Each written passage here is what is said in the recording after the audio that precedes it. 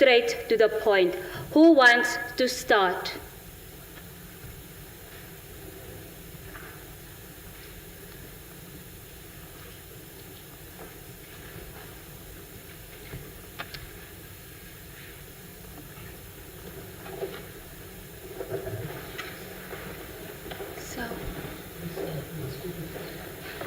You may rise, Honorable. Good afternoon, Honorables. My name is Siavangarma, Member of Parliament. Honorable Minister, you mentioned a point on digital literacy.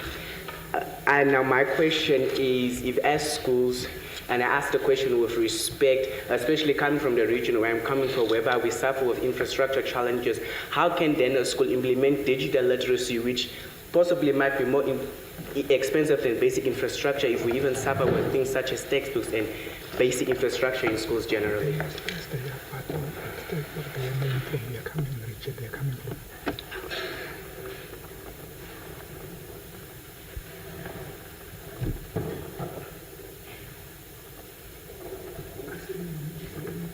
Is there anyone else?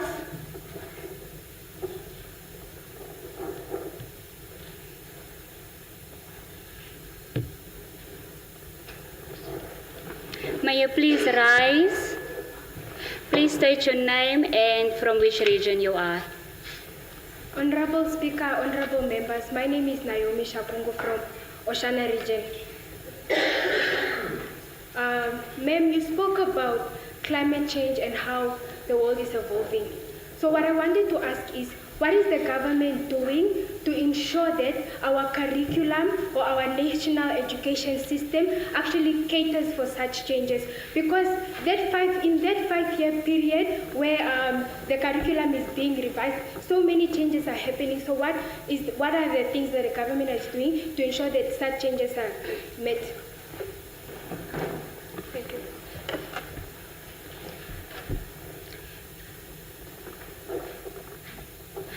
May you please rise, Honorable, state your name and from which region you are.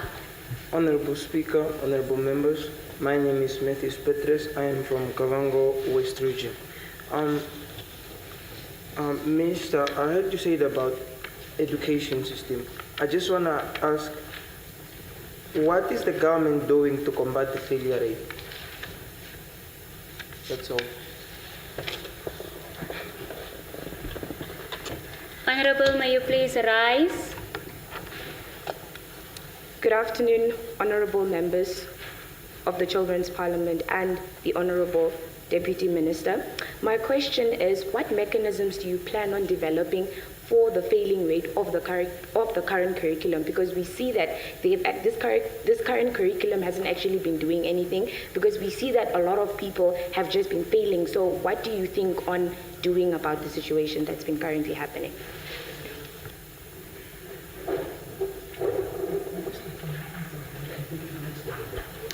Minister, would you please be as kind to answer, and then we will take the next questions. Thank you.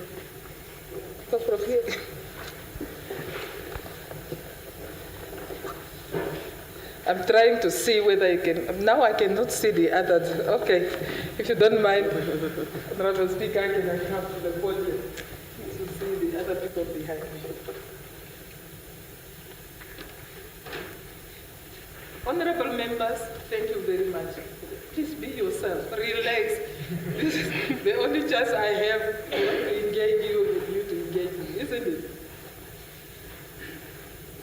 it? In my address, I mentioned what the Ministry of Education is trying to do.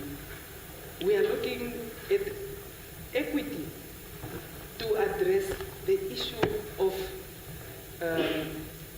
people who are in the rural area, people who are disadvantaged, because our ministry, we have to address inclusivity also. Okay, about whether it's literacy itself or digital literacy, allow me to inform you that even yesterday we hear, at the continental level, we declare 2024 is a year of education. Last year, I was having a conference in Zambia, which I also attended. Knowing that this year will be the year of education, we wanted to see where should we concentrate as a continent in the different countries. Then we realized, why do we have this failure, so high at the end of our curriculum in schools? We realized maybe the foundation is not laid strong. And we decided in the different countries, we start with the foundation phase. Now, to answer on the literacy, why we wanted to start with the foundation, we want to see our teachers manage to teach our learners, no matter where you are, whether you are in town or in a rural area, so that a learner at grade 4 must read with understanding. I think yesterday you heard UNICEF said that our learners grade 4 or grade 6, they can read but they don't understand. So reading and numeracy must be laid very strong. Because if that foundation is strong enough, then you can build on. By the time you come now to learn different subjects, it will not be so difficult because you will understand the content of that subject, but only by gaining that skills in the foundation phase. Infrastructure, it's unfortunate that at this moment, but I can proudly say that we are making improvement when it comes to infrastructure. I can talk about so that we want our learners to be in a conducive learning environment by having classrooms. But we know while we are trying to catch up with the backlog, the population is growing.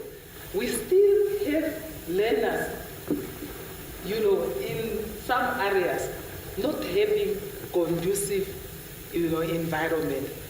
But we are addressing it, and I say we are really improving. People in commerce, I can give an example.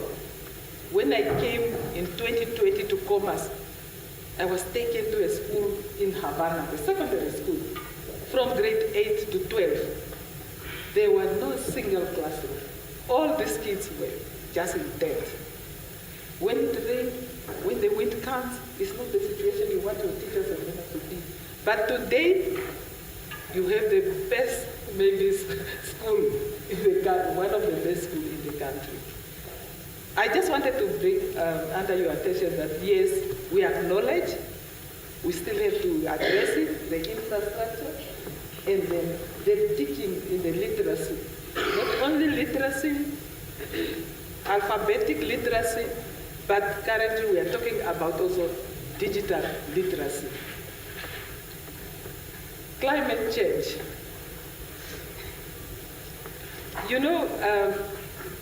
I think the honorable member asked what is the government trying to do to address this climate change. There are so many things which comes because of climate change. You can take an example of the weather. In the past, we expected the winter to be from this one to this one.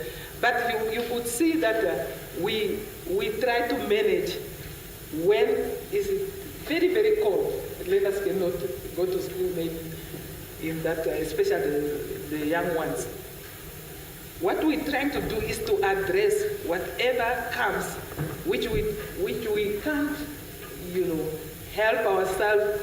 Then we must find ways how to address it, because some are natural, which is happening naturally, is you don't have control of. But also in our curriculum, we are providing content for you already, not only at secondary but even primary school. Whatever is happening in the world, this information to be provided to you. On curriculum, you mentioned two things. Maybe you are worried about this new revised curriculum. That's why the failure, the rate of failure. In my speech, I also addressed that you are the agent of change, isn't it? If we, equip you with the content of the curriculum, and you work hard, if your classmates get A's, why can't you get also A's? I believe, I used to be also a life skill teacher by the time when I was a teacher. And I told my learners who was not doing well, maybe, I told them, you can also get that A. But the way you will get the A or the B is not the same with the other learner who's very bright. The other learner will read it only once, you understand? Come to the test 100%. But for you, maybe you have to read it over and over and over again, but you can get it. Nobody will make it happen. It's only you with our teachers that you can make that change to really to improve the results. How many grade 12s do we have, or AS? AS and, let me start with AS. Honorable members who are in AS classrooms, do we have some of them here? Grade 11, you are the agent of change. If you hear it from the head of state yesterday, and I'm repeating it, you just go and do it. Our aim when we start with our learner in grade 1 is really to progress up to the end. It's what we want to see. And nobody will do that if you honorable members is not doing it yourself. We are there to support, to provide what you need. Just work hard, be positive, and you can excel. I think all this question twinning on the failure in the curriculum. Yeah. Unless the climate change issue is not so much in our curriculum or in the schools, but as a government. But we can provide you the information. And as I said, some of our schools, like the AS school, all of them are connected. And maybe I have to add on the infrastructure that we are trying to build schools to connect them where the electricity is, so that you have access to internet and then you have access to information. Yeah, I think I can take the next round. Honorable Speaker.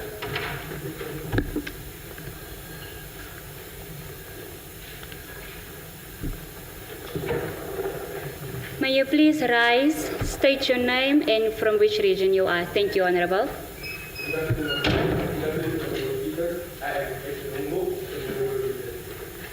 Good afternoon, ma'am. Seeing that you stated that you're a former licensed teacher and seeing that there's a huge concern between the mental state and mental health of the students, do you feel like there's a disconnect between the social workers / licensed teachers and the students, or should I say learners, within their schools? This one, we didn't hear any of what he said because this light was not on. Honorable, could you please restate your question because the light was on. They did not hear what you were asking. Your light is on.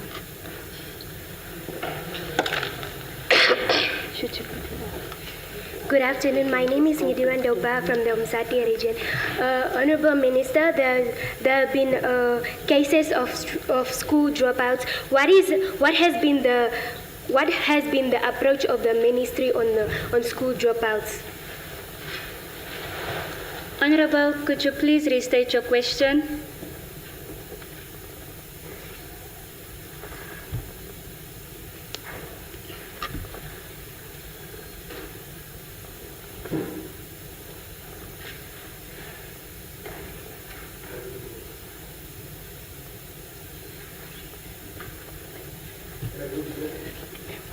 Please work on this list.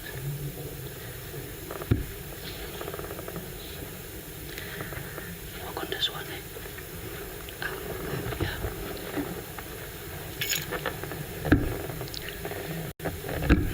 I'm here. Yeah, just there. You have this list here. I'm working on this one for you.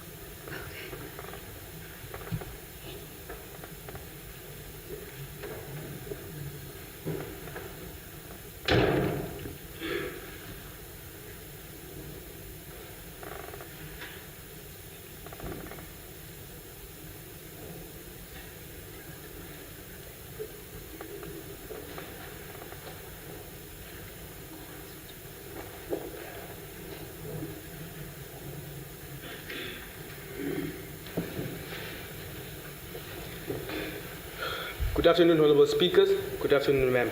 Seeing that you stated that you're a life skills teacher, and there's a huge concern of the mental health within the educational system right now, do you feel like there's a disconnect between the social workers / life skills teachers and the students within the schools currently? Thank you.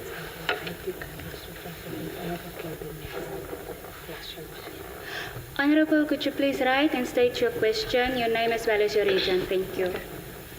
Good afternoon, fellow honorable members, Deputy Minister, and esteemed guests. I am Prisha Mokochumela from the Commerce Region, and I'm interested in knowing what the government would do in regards to the fourth industrial revolution and its effects on climate change. Thank you. Honorable, could you please rise? My name is John Ayoma, and my question is, so the implementation of the new curriculum was the idea of the building of the foundation of education, or was the old curriculum not sufficient for the foundation of education? Honorable, could you please rise, state your name as well as your region and your question? Good afternoon, Honorable Speaker, Honorable Deputy Minister. My name is Thompson Wandigi and I come from the Osodonjupa region. Honorable Deputy Minister, you stated that the education sector is basically dealing with inclusivity and also development of infrastructure. Can you tell us as to how this infrastructure is developed that accommodates for disabled people? Honorable, could you please rise, state your name, your region and your question? Honorable Speaker, honorable members, my name is Semetwele Malenga and I'm from the Osodonjupa region. Honorable, I have a question. What is the current plan that the ministry has to lower the dropout and high failure rate of the boy child, and what do you think is the cause?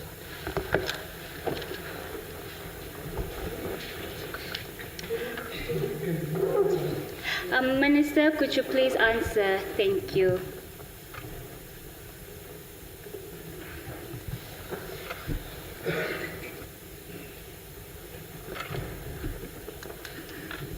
Honorable Speaker, thank you very much.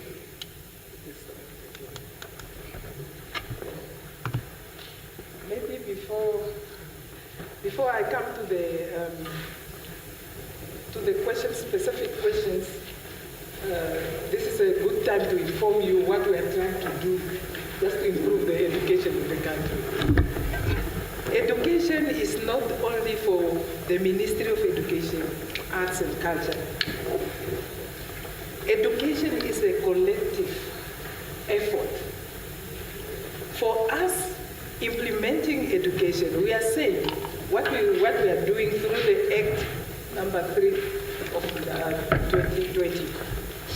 We were providing access to equitable, quality, inclusive education. And we cannot do it alone.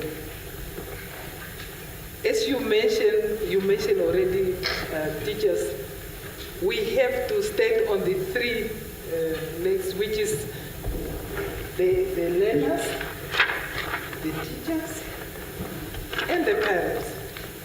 However, they are not the only people. We need the community, we need the private sector, everybody to contribute. For us to provide the infrastructure, for example, within the budget we have, how do we maybe, I'm starting from where the last question came. How we do it? Within the Ministry of Education, we have a plan drafted already, which we say accelerated development education plan. This plan guides us.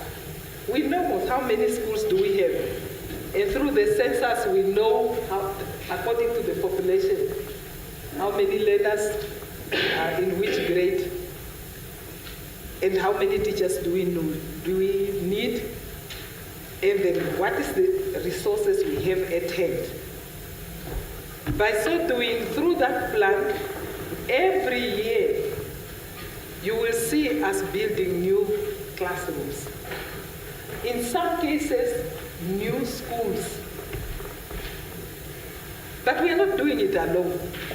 As far as classrooms are concerned, other partners, MTC is building, representative from Japan Embassy, they help us to build also some classrooms.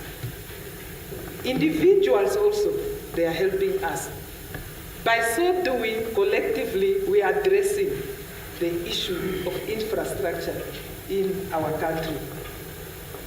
When it comes to what should be there in the classrooms, especially when it comes to ICT or IT, you saw also some schools get donations, whether it's iPad or computers. All these are efforts to improve the teaching and the learning in our schools. When it comes to mental health, as I said, I was at a time, doing social work. That's how eventually I came to education, because I used to go in the schools, although I was working in the Ministry of Health. Even nowadays, there is a collaboration between our teachers of life skills in the classroom, in the schools, and social workers, whether from Ministry of Gender or from Ministry of Health. It's supposed to be like that, so that we cooperate. The school dropouts. In my speech, I told the honorable member, for you being leaders, courageous leaders, you don't think something like that, failure in your life. You tell the person who's telling you, not for me. So that you always look forward to the bright future. Now, there are many factors that cause dropout. Like now, you can take an example of COVID. When COVID hit, some families, as we are speaking, don't have parents anymore. I think you saw a good example in Kavango West. It's another situation where these parents just disappeared and left them, 3 or 4 kids on their own. Life, these learners cannot cope. When others go into school, they have to go. They have this word, some of the learners I had, they go and Zula, meaning they go and struggle what to get for that day. This type of things cause learners at the end to give up and drop out. And at this point, I want also to encourage schools and our teachers to look out when you see a vulnerable child, because you will see this child come to school. How does the child look like with the clothes and so on? To go a step further to the next partner who's the parents, so that we can be inclusive and assist the vulnerable children. There are girls who fall pregnant yes, we have policies, and yesterday we had also that the policies were addressing that learners, even if you are pregnant, you go home, and after delivery you can come back, proceed with your and finish. It's not easy for everybody. Unless you have supporting machinery like the parents who will see to it that you deliver your baby and your baby is in good hands for you to enable you to continue with your education. So many of our learners who deliver when they don't have this support from parents may drop out because they don't know where to take this baby. There's nobody to assist. Eventually, they drop out. It's not what we want. In the first place, don't feel pregnant, please. Just tell yourself, not me. And I'm not talking to the girls alone, because who caused the pregnancy? The boys. So boys and girls, you are honorable members. Take this message to your school when you go there. No pregnancy at school. Finish your school. The good thing with our cooperation, again, with other ministries like Ministry of Gender and Ministry of Health, within our system in education currently, you will find that Ministry of Gender, the head office within the Ministry of Education, and Ministry of Health, we are working together. There's no way we can work in isolation when we have to address the issue of our learners in schools. Please take this message also, honorable members, that schools, you see at the schools, that these three ministries must work together. We have also another cooperation of how we cooperate with other ministries.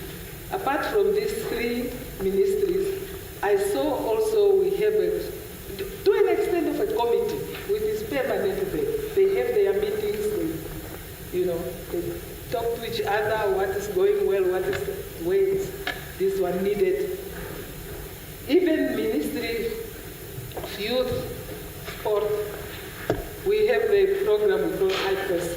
We are also cooperating because we want to identify the talents while learners are already in schools, and you already identify, and then we see how to work together so that we develop these talents. I just wanted to say that ministries, we are working together.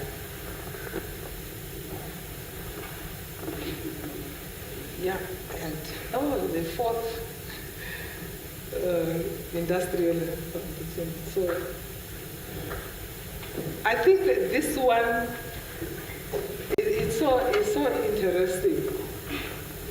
When I say, when people talk about the fourth industrial revolution, what do they mean? You think about a big issue. It's just what we are trying to do now, like in our schools. For you to have access to all this information, we have to connect our schools. Then we see schools who have access to electricity, and you have a library, it must be connected to internet so that you are not left behind with information. I said in my speech, we cannot avoid change. It is with us. You know, we started with is it 4G or G4? And now we are coming up now with at 5. And all this is how it grows. And there's no turning back. We have, in the past, we used only to write on the chalkboard. And then 3 projectors. Nowadays, we have projectors within our schools. I'm so happy to report to the honorable members that all the AS schools is connected.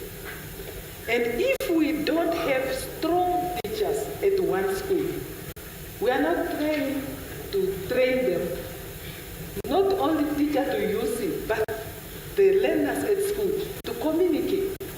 A good example, since I was so long in Ochoronjupa, there's a school in Ochuarongo called Educate. It is a private school, and they have access to resources. And then when we look at our result of all the schools in Ochoronjupa, we saw, for example, Chumkwe was not faring well. And then teachers from Educate, they came to the ministry. This is where now the private sectors come in and help us. They came to us and said, no, we have this system. They source the funds from private sectors, and then they install this system so that they link Chumkwe area, Chumkwe classrooms with Educate. And we went when they were demonstrated. A teacher in Educate is teaching men, and the learners in the Chumkwe secondary school, they responded. And we started to get already results. It's what we want to see now in our schools. The purpose of this connection we did at A schools, and now we are rolling out to grade 11 also, is really for you to have access. If you say, no, we don't have strong teachers at this school, there's no excuse why the other teachers in a government school not assist. And the teachers or the learners utilize that facilities. It is very important. The foundation is not, in our schools, the biggest, classrooms you find in the foundation phase, from pre-primary up to maybe grade 4. It's not that the resources we are putting in for the junior primary, lower primary, is a lot, because there are many and we have to reach them. A good example on the foundation, when we decided at the continental level, we brought in programs.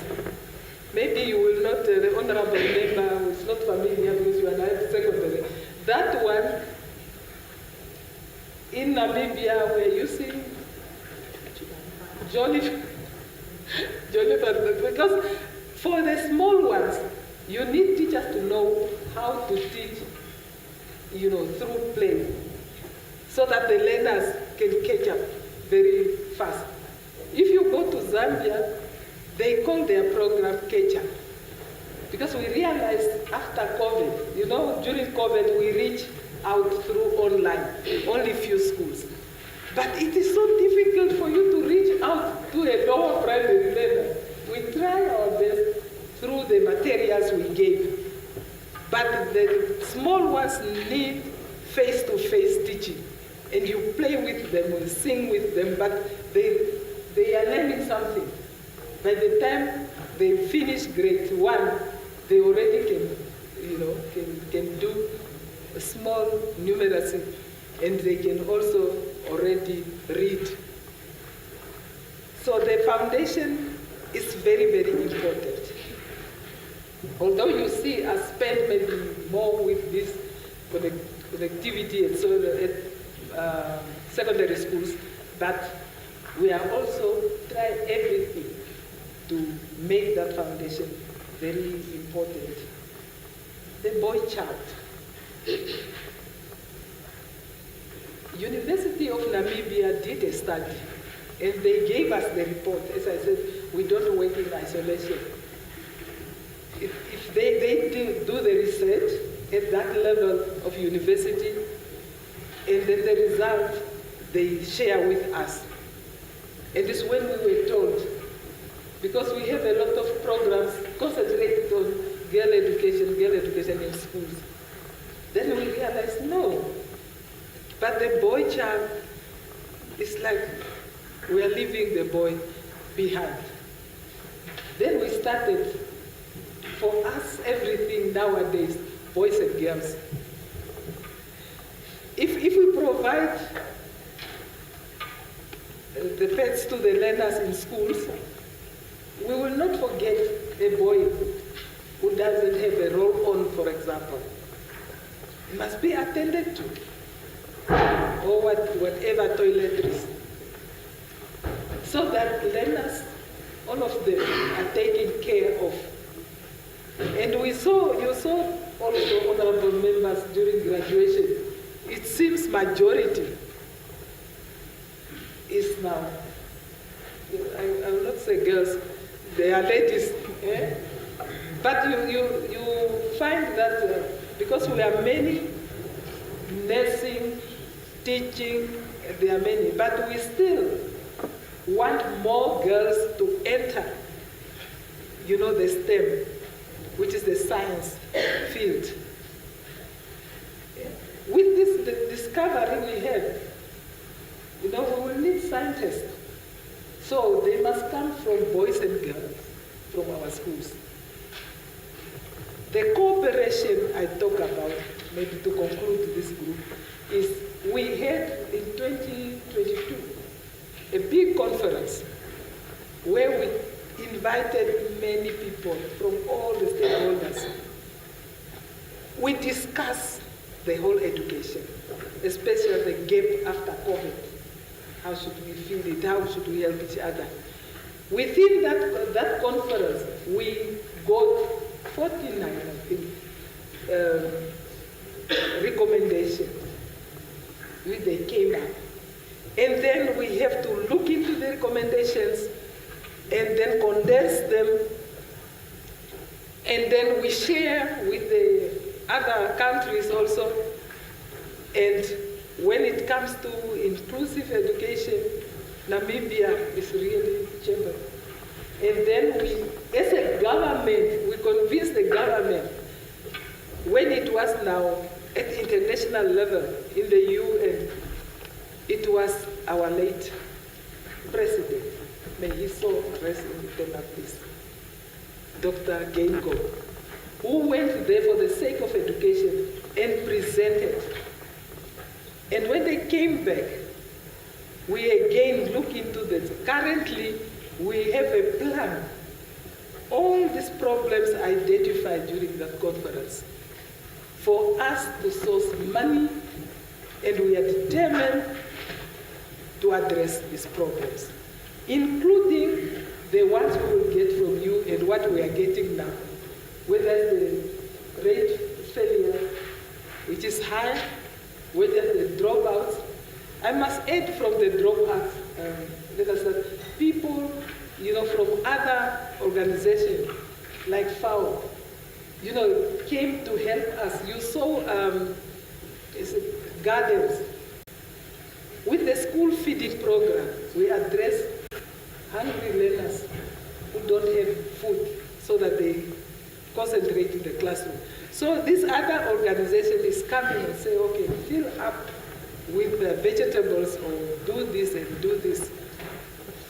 So this is all what we're trying to do for the sake of education. As we say, education is the cornerstone. And don't look at education as educators. Honorable members, when you go back to our schools, just convince every learner that they can become what they want to become, as long as they have that will. And you cry to the ministry, we try our level best with the partners to give you what you need, but then you have to pass. I think I tried to address all this one.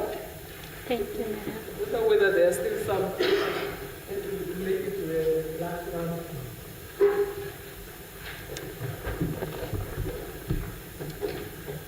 Honorable, you may rise, state your name, region, and your question. Thank you. Afternoon, everyone. I'm Nangombe Velam from Kunene region.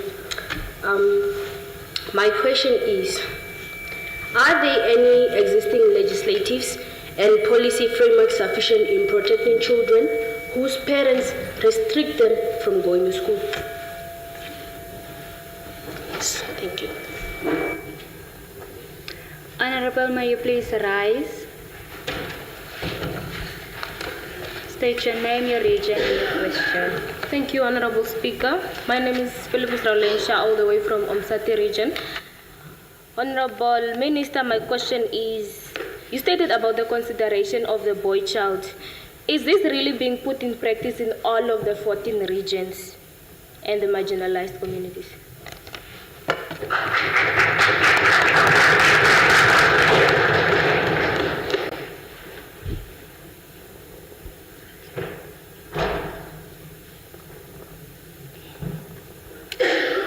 Honorable, may you please rise? Good afternoon, Honorable Speaker and fellow honorables. I am Kolisa Zanele Hamid. Ma'am, you spoke of children from rural and marginalized communities having the same opportunities as children from urban areas. Now, I just want to know what measures is the government taking to ensure that the children from marginalized and rural communities have the same opportunities like these children in urban areas. Thank you.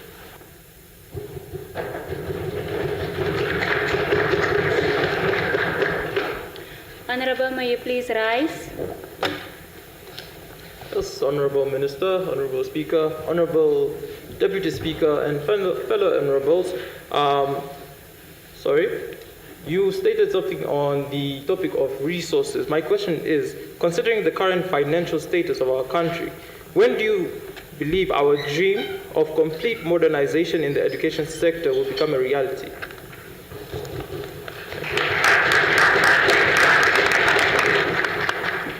Honorable, may you please rise? Thank you, Honorable Speaker. Honorable members, what I wanted to ask was, so we do acknowledge that the government has been trying its hardest best to try and enroll the disabled child. So my question is, right, we give them a basic understanding of reading and writing, but question comes in, do we give them the skill in order to get the employment that they need so they are able to get food for themselves? Or are we just giving them the basic skills so they go sit down and sign the income grant? Thank you.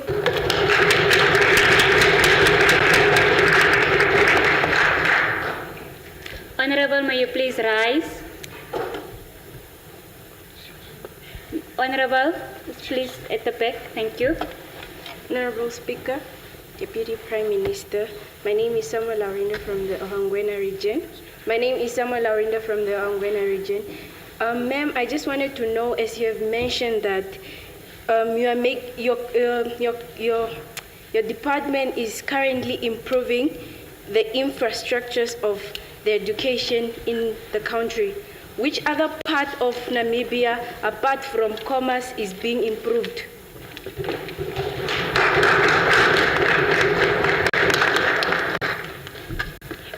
Honorable, may you please rise? Honorable Speaker, honorable members, my name is Sam Malenga. Welcome me back upon the podium once again.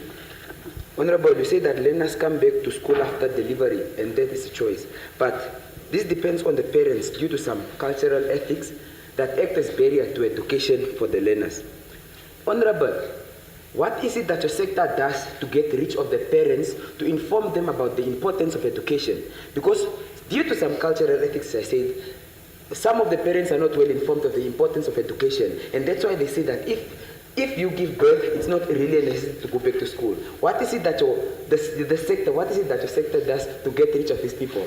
And Honorable, you say that we all have the same potential. I'm speaking under correction, Honorable, but Honorable Speaker, Honorable Vice Deputy, please pardon me. We as learners have to travel to the city of Windhoek just to come to a university, but you say we still have the same opportunities. Why is it that you cannot get in universities in our own towns? We have to travel long distances, pay for rent and pay for transport just because we want to study, but you say we still have the same opportunities. Thank you.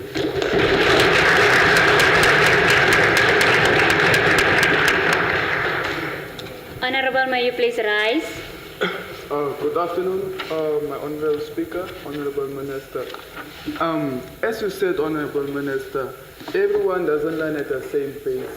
And therefore I ask, are there perhaps maybe other alternatives that you thought of that could really help the children that can't learn at the same pace as other people? Perhaps like schools that people work with their hands, or they showcase their talents or something else. I think too.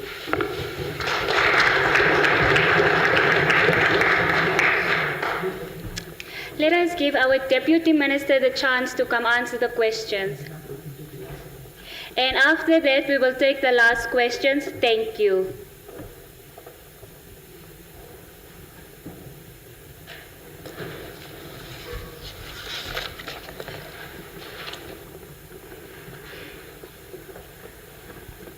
Honorable Speaker, you see the beauty of education. We can't finish. We can stay here and ask questions. We like that one. And continuing critical thinking and address these problems we have in education, to make education easy. From my side, I really want you to enjoy learning. Because when I was at school, what did I not do? Sport, I did, and I excelled. Study, I did. Singing, dancing, but it was so nice until I finished. So let us make it also for other people very comfortable and enjoyable. A school must not be down so that when you take a child to go to school, the child is crying.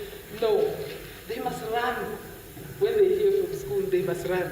That's therefore also, honorable members, take the message to our learners at school. In the school, they must know bullying. Our schools must be really safe for learners. And teachers alone will not manage unless we do it together. Let us come to our questions. Yes, maybe, but they are in minority. If there are parents who don't want nowadays for their children to go to school, to restrict the children, I can't think about, some.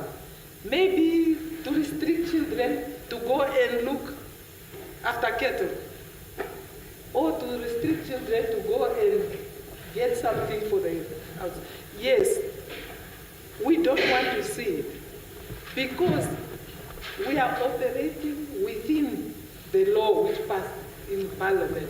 I say we have Education Act number 3 of 2020 with its regulations. And if you look at our structures, it's not only at school level and finish. Every school is having a school board. And we really tried that school boards must be trained to understand also some of this information in the Act. So that if a parent restricts a child, it's really against the law. And some parents, if there are parents who are doing it, maybe they don't know. It is our responsibility from now on, when you go there, honorable members, please get yourself a copy of this Act with its regulations. Then you will see what it says, so that parents must not restrict their children to go to school. And through the school boards, we have parents' meetings. And sometimes these parents also, they go, some churches organize themselves to get information from education. It's done. But maybe it's not enough.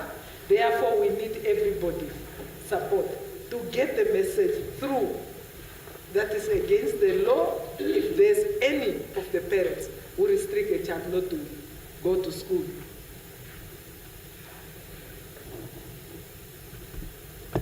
Okay, modernization. Let me give that one of I mentioned commerce as an example. And honorable members, you will agree with me that it is not the city which makes it, the school to excel. For the people who come from Kavango, because I'm also from Kavango. Kavango there's a school, I can't remember how many, maybe 60, from 40 to 60 kilometers away from Rundu, deep in the rural. The current director of education in Kavango West used to be a principal of that school.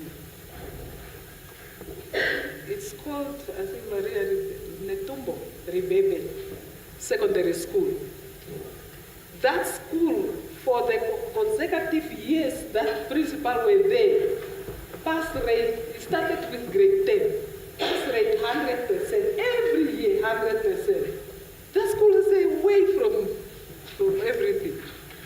Even our school, the Vision School, Rukonga, you saw how they performed. Away from Divundu, away from Rundu 200 kilos. It's not about this, the conducive environment teachers and learners create at their school, so that you enjoy what you are doing. You are away from all distractions, and then you excel. It is our wish, when you see us connect these schools in the rural area, we want to see that the rural area outperform the city schools, and it can happen. Because in cities, there are a lot of other things which cause you distraction of learning. The honorable member, one honorable member, talk about disabled learners. There are two, I want to categorize them. Before I do so, we don't want to hear people talk about disabled people. They are not disabled, they are able. We say people with disability. And this disability, they differ. You have learners with disabilities physically, maybe in the wheelchair, but you have also learners with disability mentally. And the mentally ones, they also differ. You get this one at a level where you put a child in a school like Morris or Darkbrier. But then you have also schools like Eros Girls Schools. These Eros Girls Schools, we introduce pre-vocational subjects, like so that they know how to cook, how to do it, so that they gain skills. They don't need to go up to grade 11 or 12 or whatever. But when they come out of that school, they have some skills to start their own businesses. I remember when we had Eros Girls School, we have also Pioneers Boys Schools where they were also provided with pre-vocational schools. Currently, but the idea when learners go there, it's just learners who cannot, maybe excel. They are not so bright, but still they can go up to grade 10 or 11 or so. But everybody is able, as I say in my speech, it's not only about knowledge, but the skill is very important. Take a plumber, for example. I used to live in Auckland Park. And there was a boy who finished at a pre-vocational center. Not pre-vocational, at a vocational center. When I needed support, then the owner of that house I used to rent gave me that name, so that I don't struggle. Just call him, he will come, he knows everything. When I called him, for him to come to my house to identify what is the problem, it cost me 400. It's already money. And then he will tell me, we need this and this and this. Either I give him money to go and buy and fix, or he uses his own money and fix it, and then I pay him. I pay the material and his labor. And just imagine how many, this type of service we need from a plumber. Therefore, the skills are so necessary. And for us, ladies, when there's whether it is a wedding, even funerals nowadays, we want to dress differently. It's fine. Where do we go?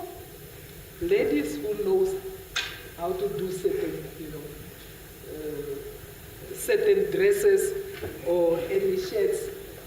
So these people, for you, you can get your own material, but by the time you finish, that person is having money. It must not be understood that it's only for ladies. Men also, they are the best designers when it comes to clothing. You can gain that skill also for yourself. So now, not disabled people, but people with disability, and they are different disabilities. And even Elua, we started with it catered almost the whole country. Now you will see how full it is, visual impaired and hearing impaired, but they also a portion, I was there, where learners with a disability, mental disability, is also accommodated. Examples of beautiful schools is not only in commerce.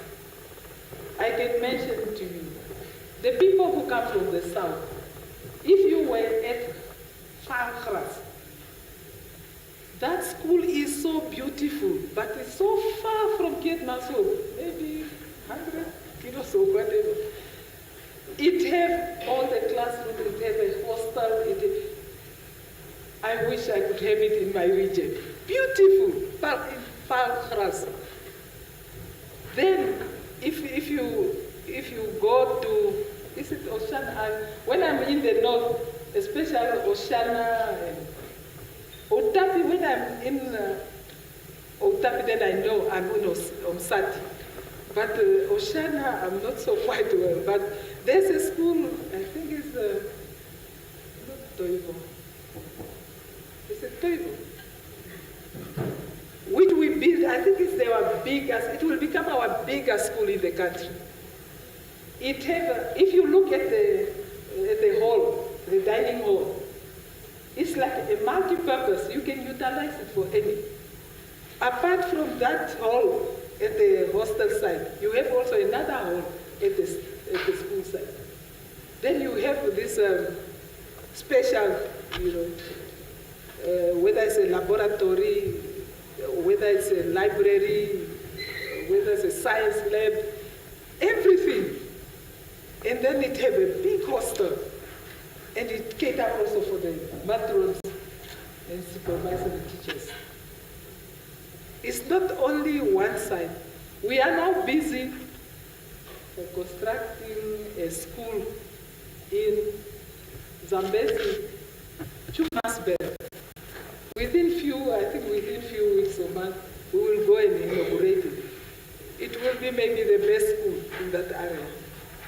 So it's not, to answer it, it's not only in commerce. I just gave you now some examples, but it is country-wide.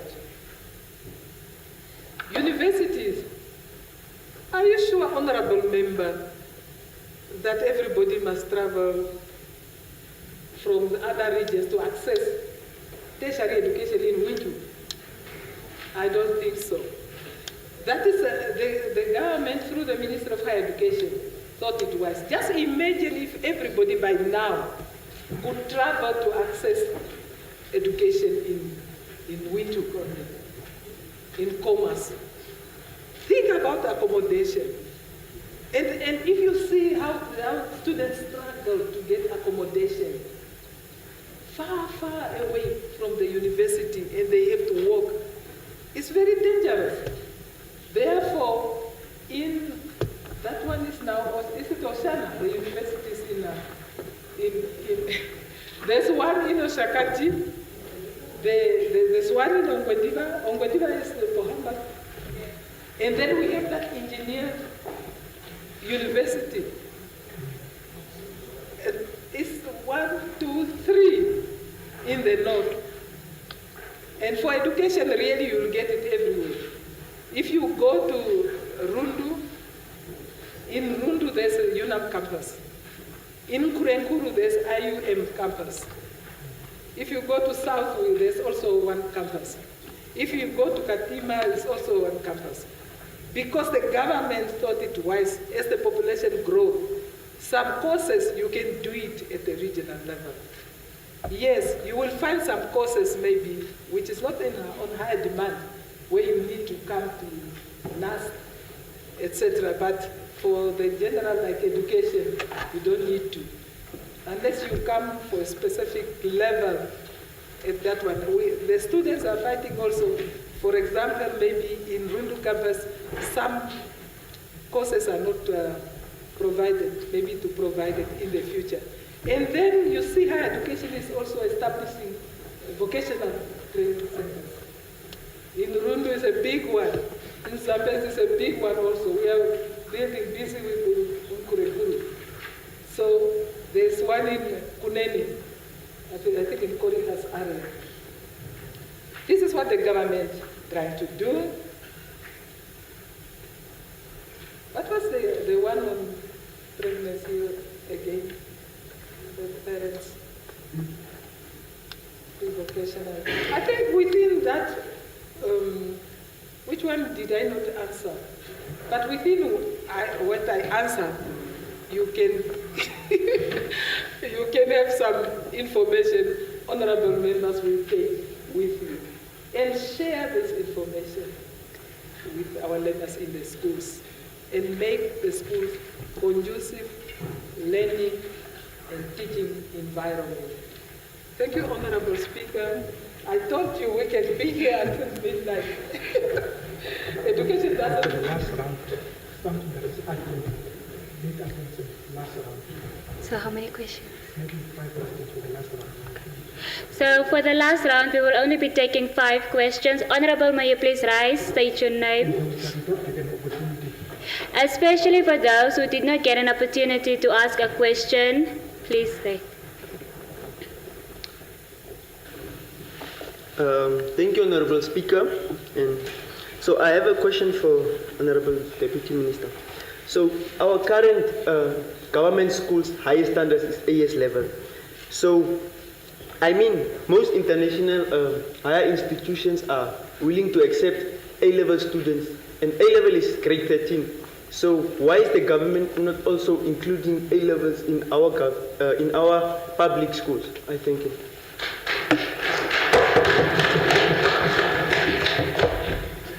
Honorable, may you please rise.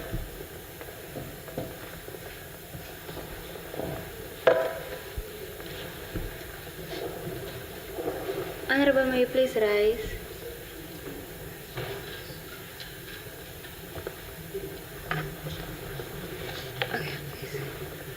Afternoon, Honorable Speaker and fellow Honorables. My question is, sorry, what is the Ministry of Education doing to ensure that all schools have resources which learners need for them to perform well? Because our schools are really struggling when it comes to resources.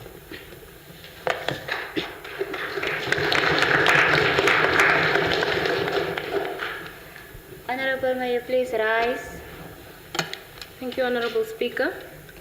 Honorable Minister, you mentioned of the 2024 year being the year of education. How sure are you that this year will really be a year of education? And is this foundation currently being implemented in all of the region? And I'm still repeating my question, which was not answered, about the consideration of the boy child that you mentioned. Is it really being put in practice in all of the 14 regions?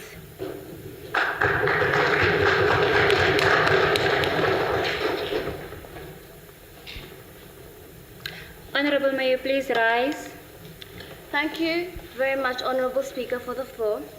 I have 3 questions in one, actually, to the Deputy. Firstly, you state that you are increasing classrooms. Thank you. You state that you are increasing schools. Thank you. But ma'am, I didn't hear you say you are trying to improve the education that is already there. You also stated that you're also focusing just on the northern and the central schools. That that you didn't really mention.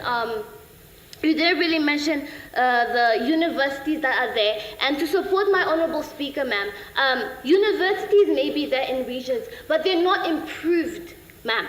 I would also like some clarity on how you would like to tackle the teachers' harassment, because 40%, according to stats, girls are pregnant due to sexual harassment by their teachers. Now, how did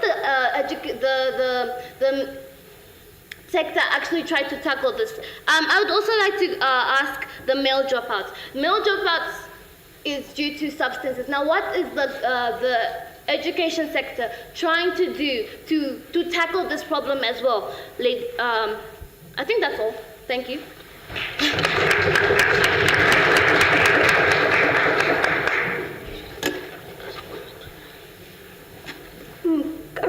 Sorry.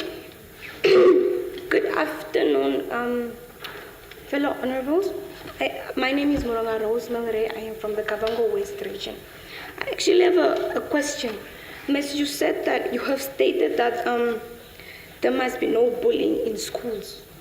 And I just want to know if there are actually relevant ways you are using to make sure that bullying in schools has to be stopped, because there are many children dropping out of schools because they're scared of being bullied, being bullied at school. Thank you. That's all.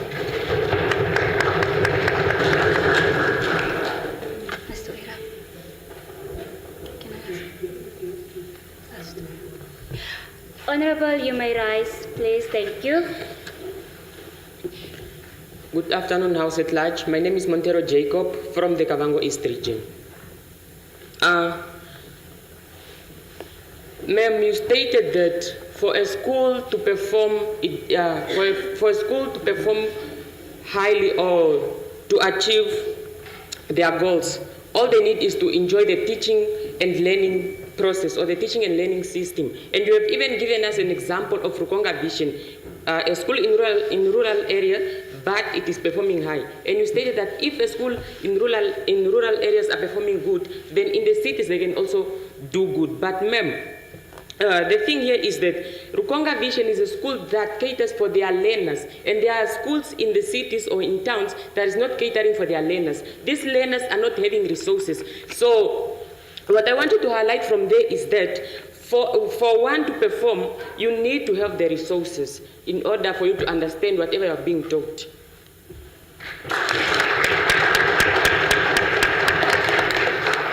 Honorable, may you please rise? State your name and from which region you are. Thank you.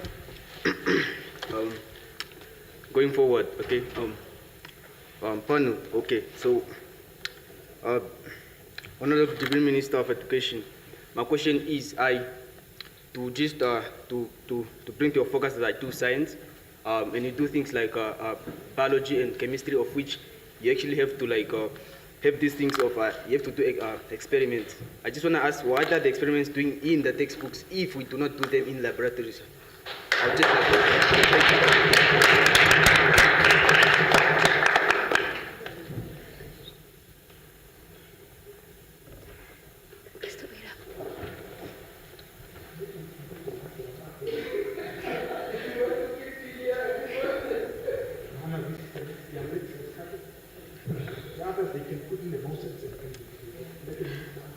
So can we please give the Minister the floor to come and answer the questions asked? Thank you all for the questions.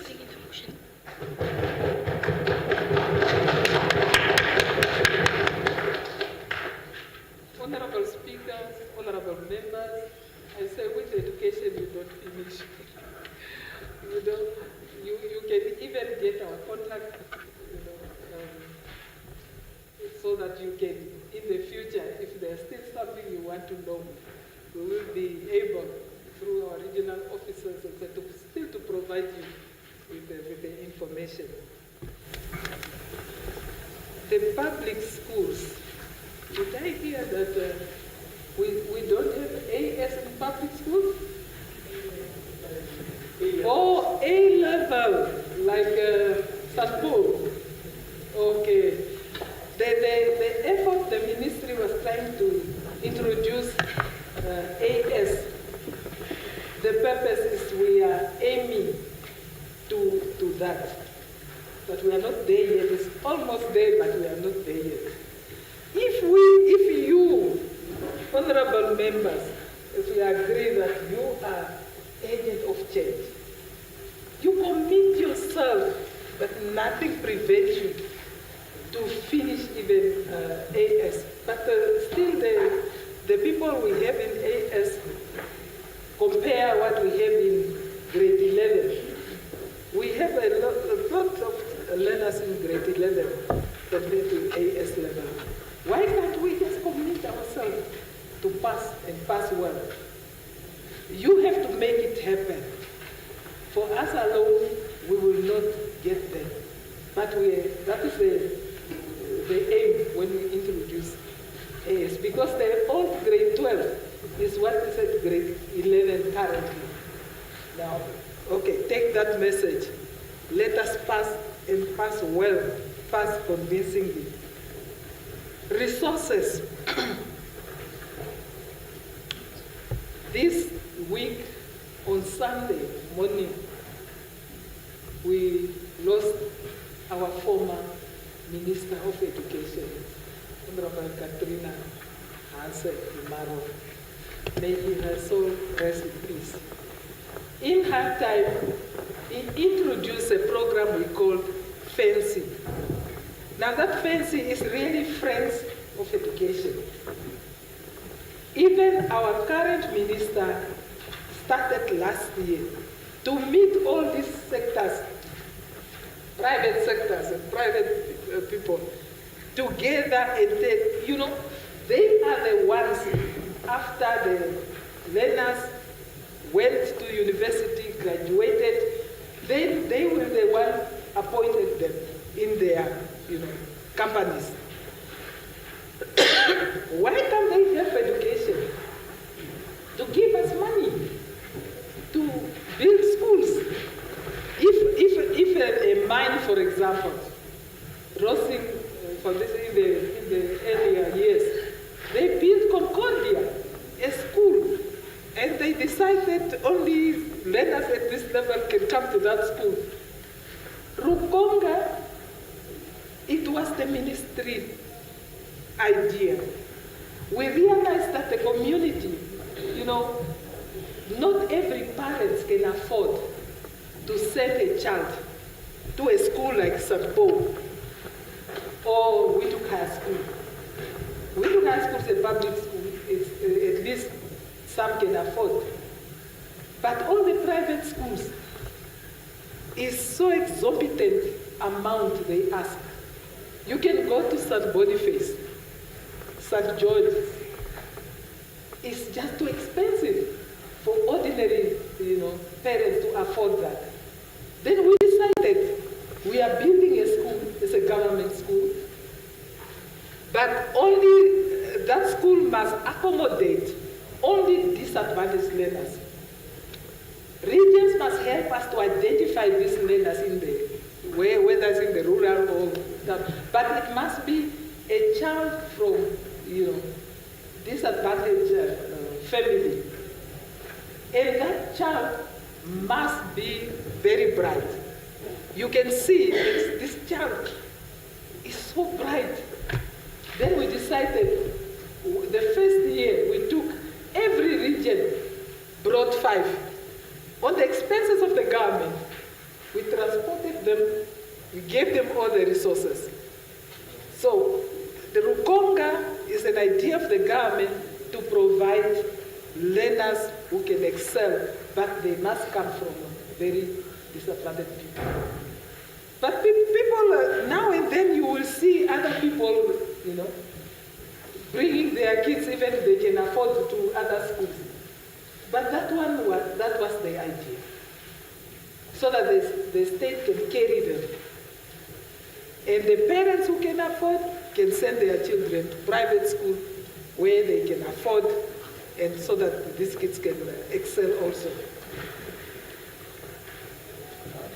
Resources, what I'm trying to say is, resources, even if you take, I'm now a grandmom, when I was having my own children, I was working. But when I get my salary and I budget, sometimes I really struggle. Meaning the resources, even on the government, will never be enough.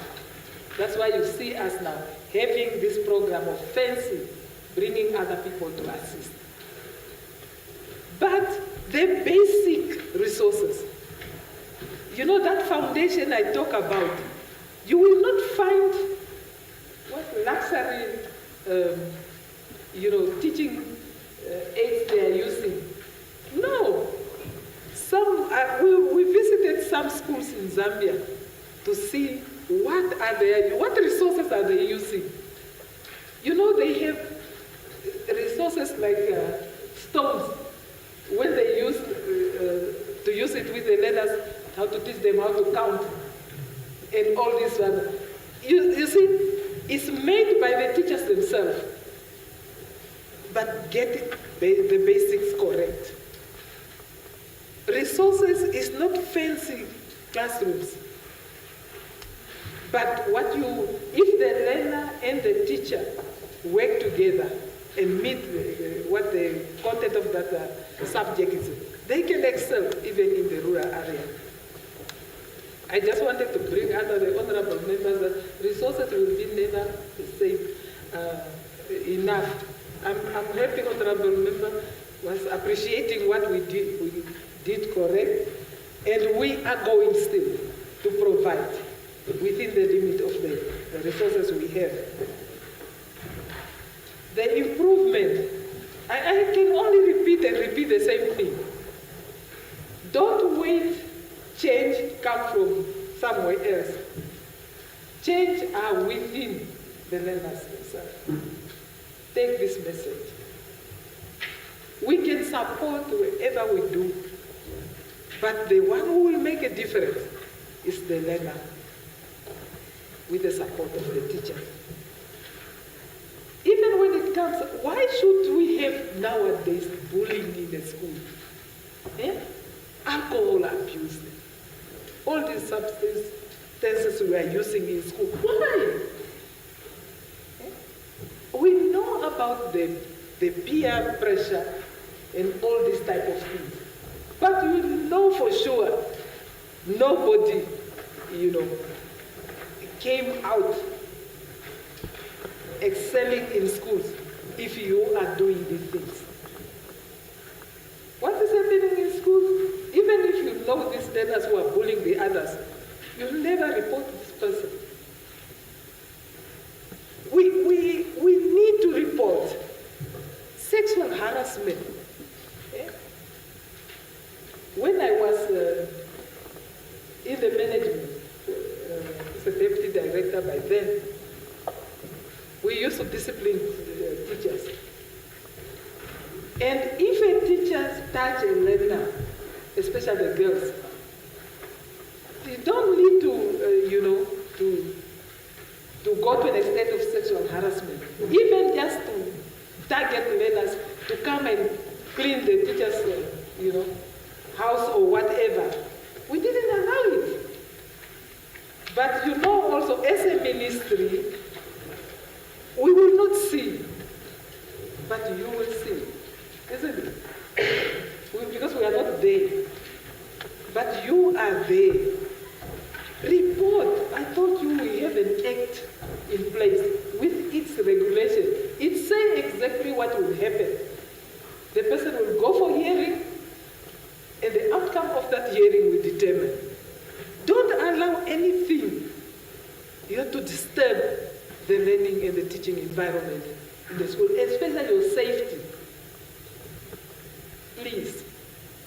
And we need you. Should I repeat again? Go and improve the high rate of failure, not at your school. Tell yourself when you go, I'm honorable member and I got this information, this must be like this. If 100% pass. Who will be staying behind? In grade 10, all of us pass. Grade 11, all of us pass. Okay? We'll do it.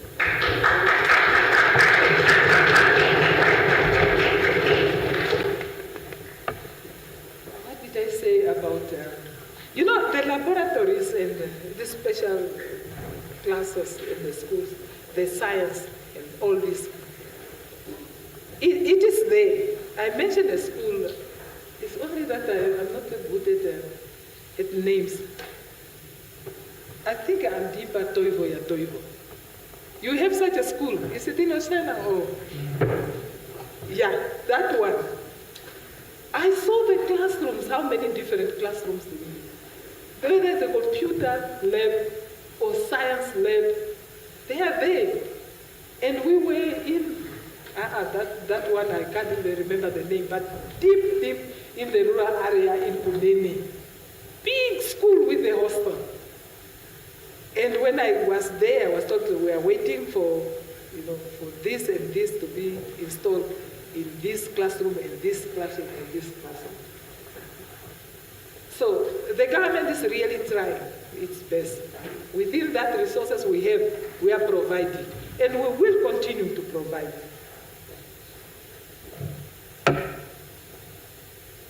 I think within that answering, I try to cover what I have to cover. And look, remember my speech, and if possible, provide them the copy so that you see again what I mentioned there. Look forward. The future is bright. You are not like in our time. And for you who are in the school which is connected, really, I wish I could be there. Utilize all this. It costs a lot of money. And we want you to utilize it, to acquire the information you need. And the sky is the limit. Excel. Thank you, Honorable Speaker.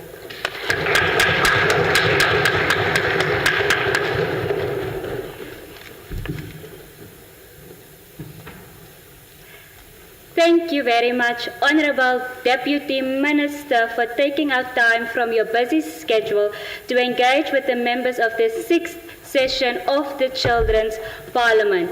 We remain indebted to the efforts by your ministry and the government at large to create an inclusive and conducive environment for learning. With that, the House adjourned for health break.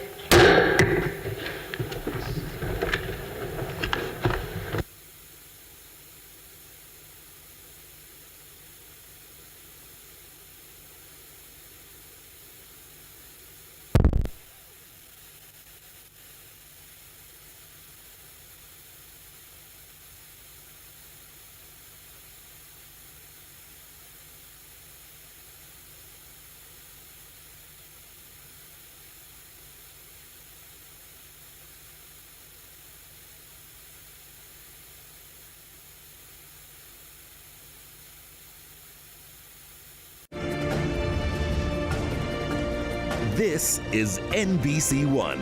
It's ours. Don't miss out on celebrating Namibian beauty and talent. Book your tickets now and be part of the Miss Namibia organization's journey in Luderitz.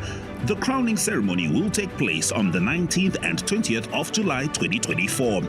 General tickets go for $350 Namibian and VIP seating for $1,000 Namibian at www.webtickets.com.na. Reserve your seat for an evening filled with magical entertainment. Get ready to witness the crowning moment in Luderitz, where beauty meets the sea.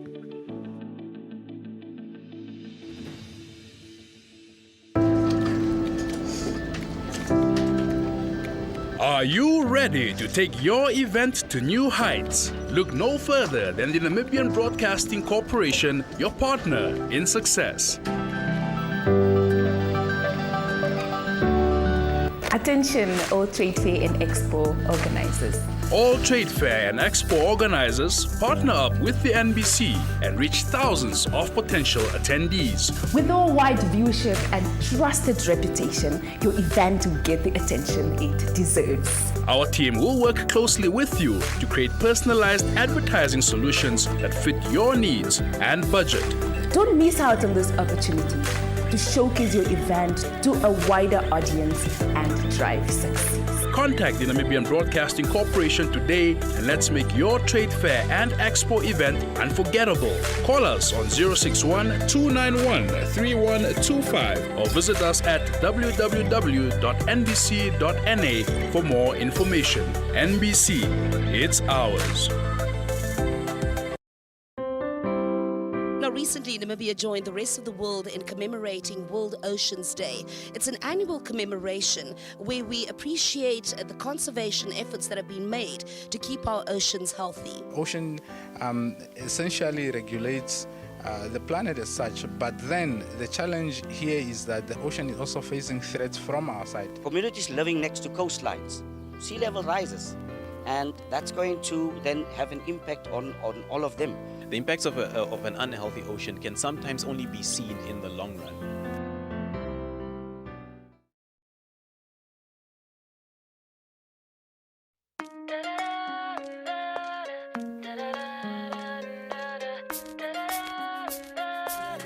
On my toes, welcome all the smoke.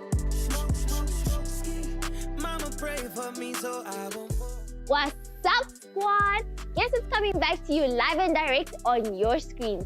Yep, you guessed it. Your favorite show, JTZ, is back in action, and this time we're coming in hot. So get ready to vibe with us every Friday on NBC2. You got it. Mumbo jumbo. But you got it. At the beginning, Apanangapa, Apanape, it's P.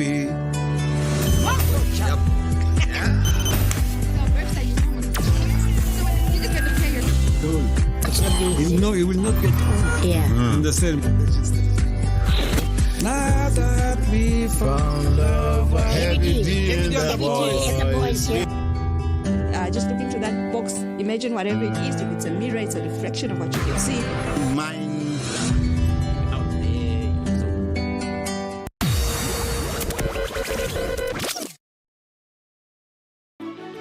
Don't miss out on celebrating Namibian beauty and talent. Book your tickets now and be part of the Miss Namibia organization's journey in Luderitz. The crowning ceremony will take place on the 19th and 20th of July 2024. General tickets go for $350 Namibian and VIP seating for $1,000 Namibian at www.webtickets.com.na. Reserve your seat for an evening filled with magical entertainment. Get ready to witness the crowning moment in Luderitz, where beauty meets the sea.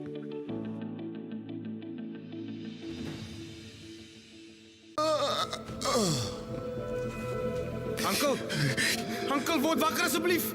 As my man op die operasietafel moet sterf, dan sal ek jou met my eie hande mekaar skeer. Wat gaan aan? Wat het gebeur? Ami gaan verlam wees.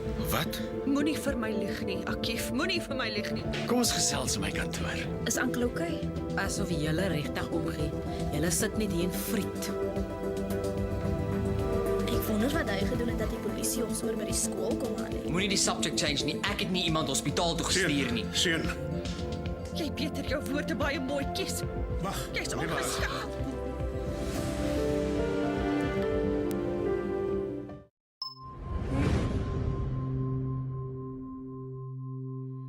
Welcome to Luderitz for Miss Namibia 2024. The Miss Namibia organization prides itself on being more than just a pageant.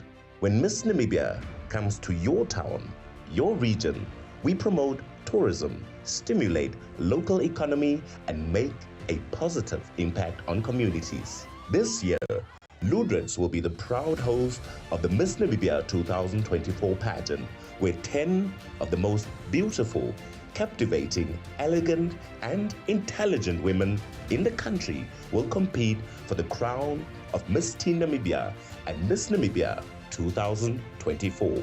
This beautiful coastal town in the southwestern Namibia, renowned for its majestic bay views and rich history, will be the backdrop to a spectacle of grace, beauty, and culture. Join us as we embark on this exciting journey where beauty meets culture and dreams come true against the breathtaking backdrop of Luderitz Bucht.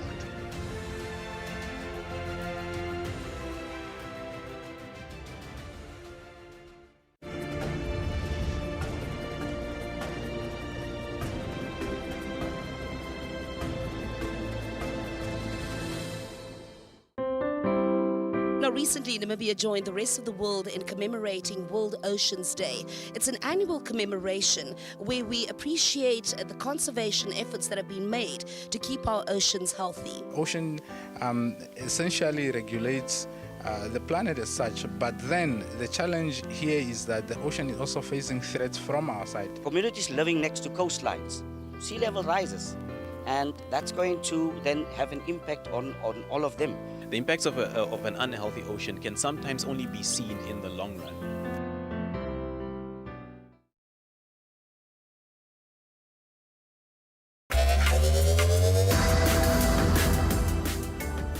Welcome to another show of One-on-One. The Maruka, welcome to the show. What was the reason behind your resignation? It's my intention not to delve into that. You could not fulfill your own political ambition to lead the PDM as its president and its presidential candidate. I do not thrive on negativity about anyone else, and I refuse to comment.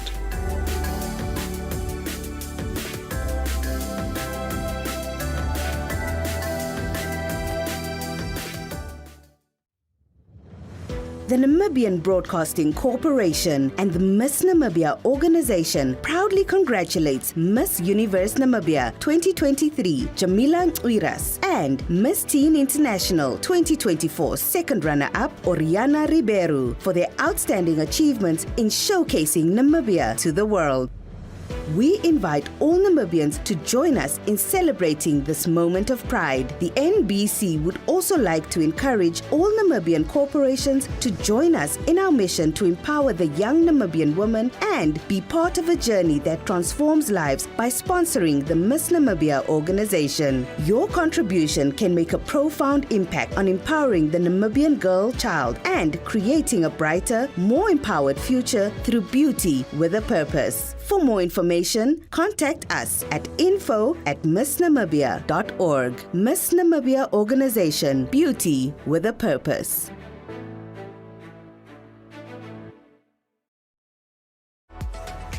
This is going to be epic. This is the NBC's brand new show, your starter pack to your Saturday mornings, as we bring you great entertainment and cook up a storm in our kitchen. Hopefully it tastes as good as it looks. What's more exciting is that Helvi gets to explore all her shopping habits right here in all our pop-up shops. No doubt about that. In addition to that, we'll also have interesting people on our couch. Where's the co? What do you mean, where's the co, Adriano? What do you mean? I'm Helvi Hishekwa. And I'm Adriano Fisagi. Catch us every Saturday at 7 o'clock only on NBC2.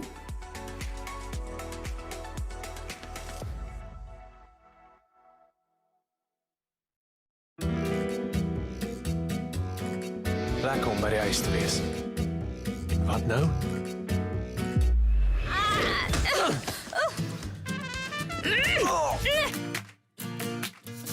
Offisier, ek wil 'n klag teen hom lê. Ek wil 'n klag teen hom lê. Dis genoeg. Wie se huis is dit? Myne. Dit is nou interessant.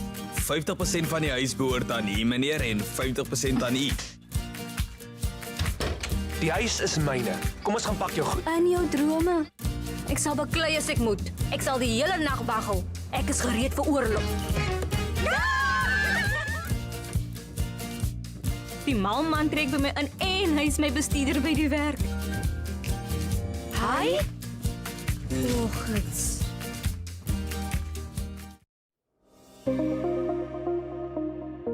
The Miss Namibia organization, proudly powered by NBC, extends our deepest appreciation to our sponsors as we embark on another thrilling journey to crown the next Miss Namibia in the historic town of Luderitz. We are profoundly grateful to our primary sponsor, Debmarie Namibia, Luderitz Waterfront, Pupkewitz Toyota, Coca-Cola Namibia Bottling Company, Seaflower, Seaview Restaurant, Nest Hotel. Paratus Telecom, Namibia, Conserv AV. Signature Cosmetics, Desert Jewels, Vintuk Optics. I Am Hair and Beauty, Grant Thornton, Namibia, Nampost. Thank you for your invaluable support and commitment towards the development and empowerment of the Namibian girl child. If you or your organization would like to become a sponsor of Miss Namibia, or for more information on how to contribute to this great cause, contact us at info@missnamibia.org. Have you forgotten your NBC Plus password? Follow these easy steps to get you reconnected and entertained. Step 1. Click on Forgot Password. Step 2. Enter your email address. Step 3. You will receive an automatic link to change password. Step 4. Log back in and enjoy non-stop entertainment on NBC television and radio. NBC Plus. It's global.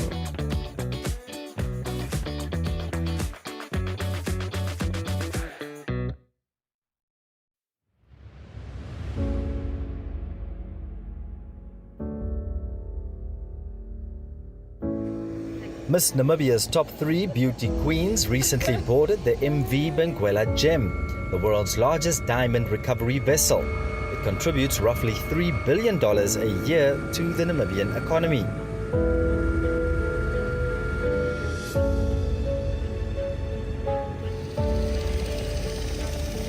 The ladies were welcomed by the captain jersey and had the opportunity to explore and tour the vessel. So welcome on board. The MV Benguela Gem is owned and operated by Debmarine Namibia, a joint venture between the government of Namibia and UK-based diamond mining and jewelry company, the De Beers Group. The vessel was built in 2021 and is currently sailing under the Namibian flag. It measures 177 by 27 meters, making it the largest purpose-built diamond recovery vessel in the world, besides being the new flagship of the De Beers fleet. The vessel which we are on is using dynamic position. So you have forces, wind, you have current, you have swirl, and the computer calculates everything and set up the forces of the thrusters to keep the vessel against those forces, external forces. So that's how we maintain position. Other vessels in the fleet, they use the anchors. We are now we are in dynamic positioning mode, so everything is controlled from that side. Everything is done in a controlled manner. But you can switch it over to manual, and then I can do everything from here. The vessel generates its own fresh water through the use of heat recovery systems and a reverse osmosis treatment plant.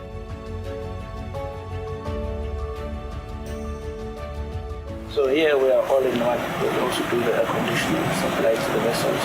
We supply them with fresh water, we handle the sewage, and we still provide electricity to them. So we are like our own municipality. The team then caught up with Shashmida, who shared her thoughts on her pioneering role in a male-dominated field.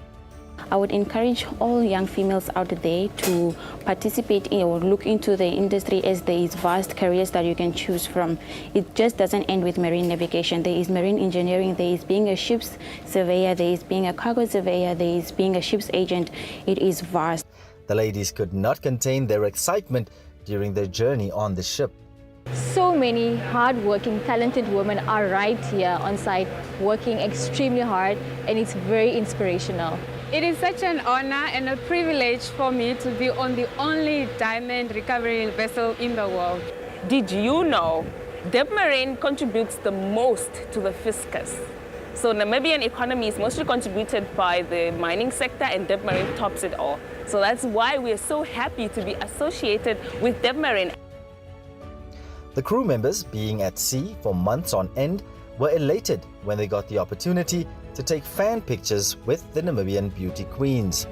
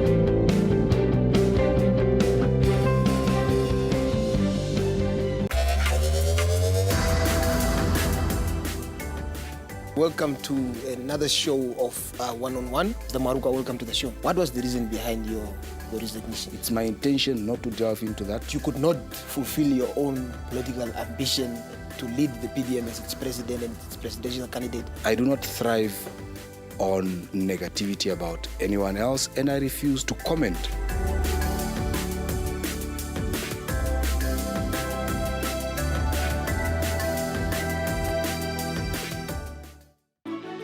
Don't miss out on celebrating Namibian beauty and talent.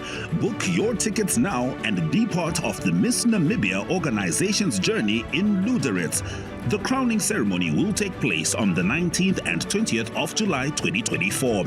General tickets go for $350 Namibian and VIP seating for $1,000 Namibian at www.webtickets.com.na. Reserve your seat for an evening filled with magical entertainment. Get ready to witness the crowning moment in Luderitz, where beauty meets the sea.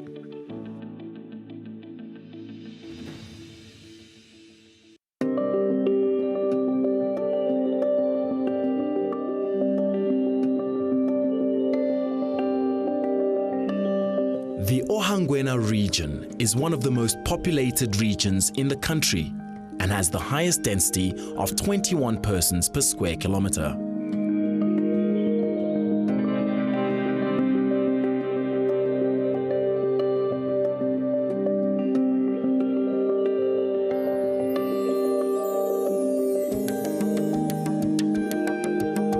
Ohangwena means place of quick grass and refers to the grass that spreads rapidly and covers the surface after the first rain. With its moody sunsets, important community forest, and its colorful cultures, the Ohangwena region welcomes you.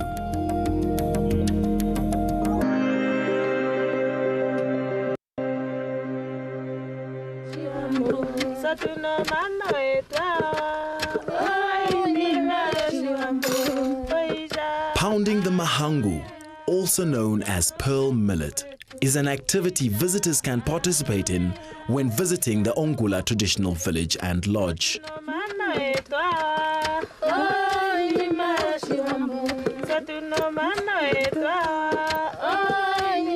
This African indigenous crop is known to have been cultivated for the last 4,000 years.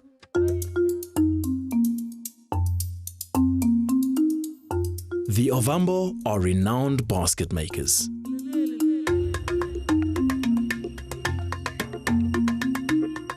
The spine of the palm leaf is used for the coil, while the split leaf fiber is used for wrapping. An iron needle is used in making these baskets. Clay pots are made in an underground studio called Onzimbogo. During the new moon before sunrise, the clay from dried up oshanas are dug out in complete silence.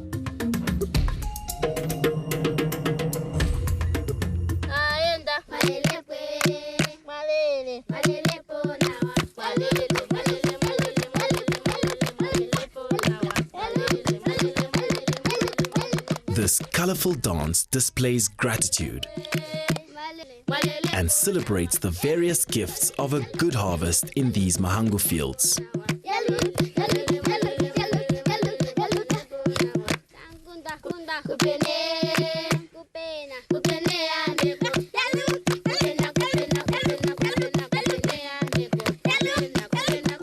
At the end of the day, visitors can retire for a well-deserved rest in the village's beautiful accommodation facilities.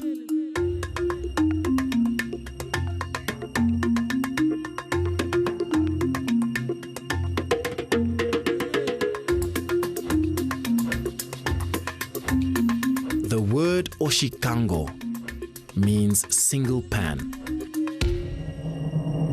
And this border town is the largest town in the Ohangwena region. The diverse backgrounds of the local inhabitants is evident in this economic hub.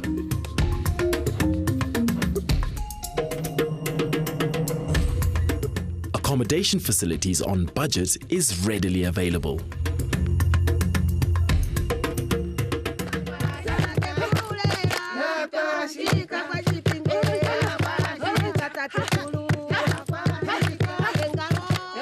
The Hakwashika Cultural Group, formed in memory of their well-respected and famous king of Oshapwa village. King Hakwashika had a lot of wives that used to dance for him. The springbok skin cloth, or oikafa, is smeared with cow oil and pinkish dye for protection from bad spirits. Around 100 years ago, Mandume Yandemufayo was the last king of the Kwanyama kingdom. In November of 2005, Martha Mwadinomo Christian Nelumbo was appointed the new queen of the Kwanyama dynasty and became the first woman leader to head this traditional authority. Upon finishing his studies in South Africa at Drift Art School, John Mwafangeo returns to Odibo in 1970. Here he taught art at the mission school for 4 years, before leaving for Windhoek. Mwafangeo became internationally known for his wood and linocut printing techniques, as well as his choice subject matter covering the apartheid narrative.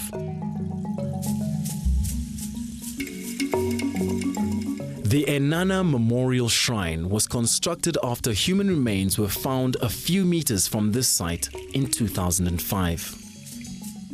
The two murals depict the courage of planned combatants, as well as the civilians who supported them during the liberation struggle.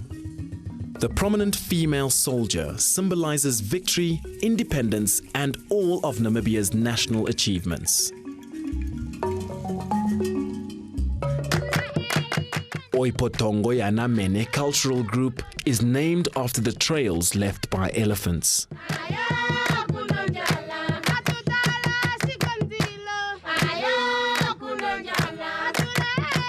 The pink dress, called Ondelela, allows the dancer to dance freely by jumping and stomping their legs, which is a sign of strength. Hats are a sign of wealth and are commonly worn by the father of the bride during wedding ceremonies.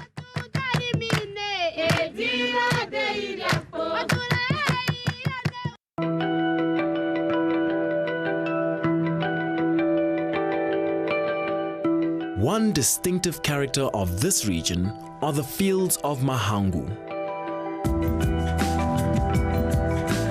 Another is the Makalani palm trees.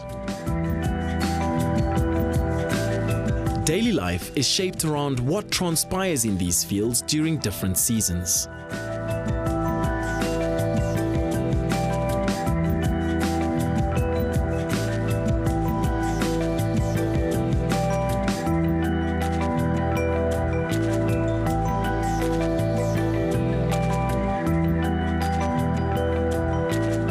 Ohangwena region falls under the woodland savanna biomes.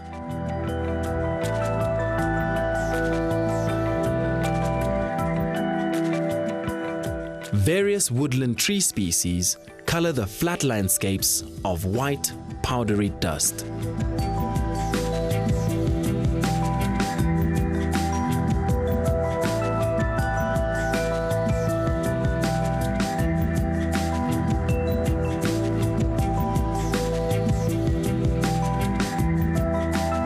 The right mixture of Makalani palms and traditional architecture lends spectacular visual drama to this common landscape just before twilight.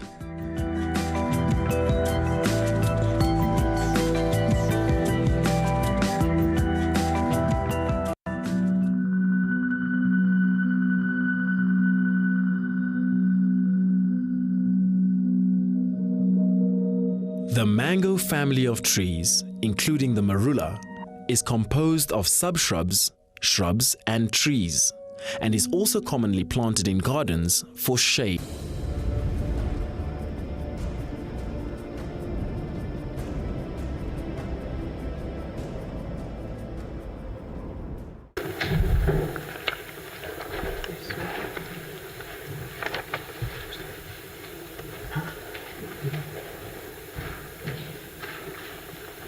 We must first do the elections of the whips.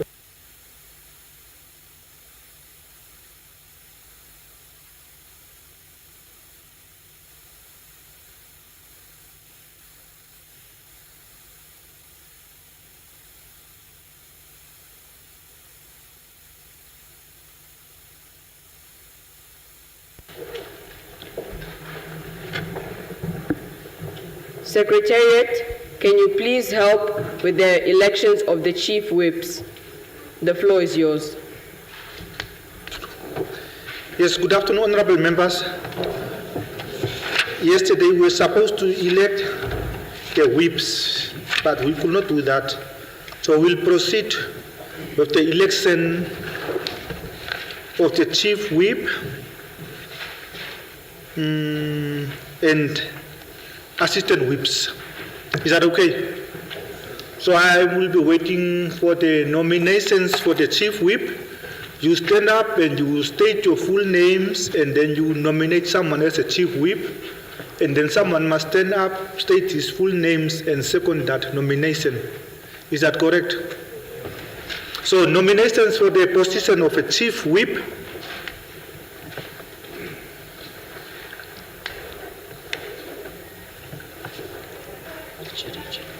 I, John Naoyoma, nominate Naomi Shakungu.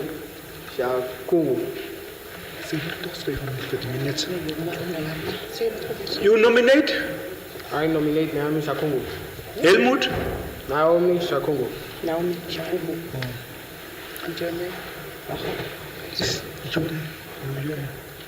Okay. And who seconds the nomination?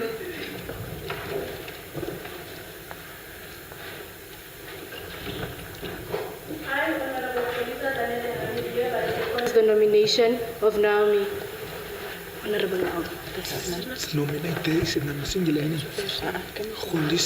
What's the full honorable state your name again? Polisa Zanele Hami. Is there any other nominations for the chief whip? Is there any other nominations for the chief whip? Yes, Honorable Jager.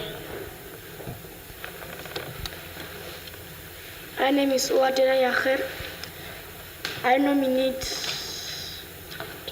Wetu, Honorable Wetu Kambalembi.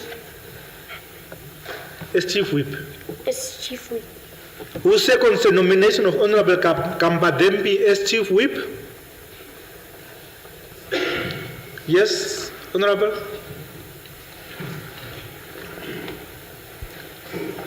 I, Honorable Sam Dole Malenga, second. Sam Malenga. Is there any other nomination for chief whip? Sure.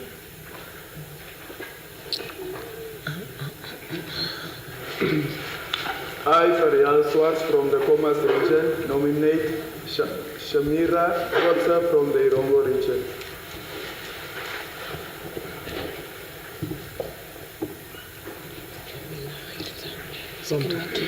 Who second the nomination of Jamila Kherche?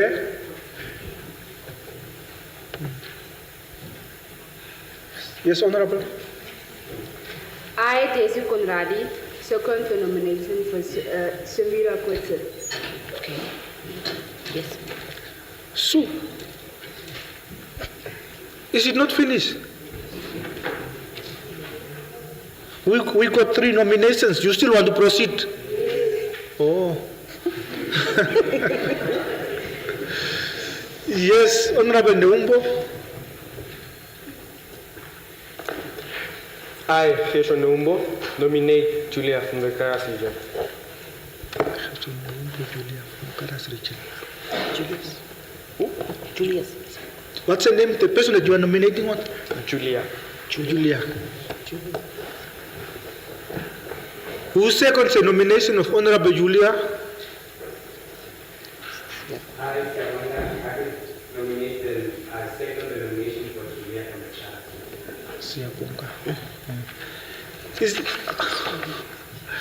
Yes, is it a nomination? Yes, Honorable. I, Kambadengwe P, nominate. You are very fast, Honorable. Okay, Kambadengwe P, nominate for Abubakar. Abubakar. Yeah.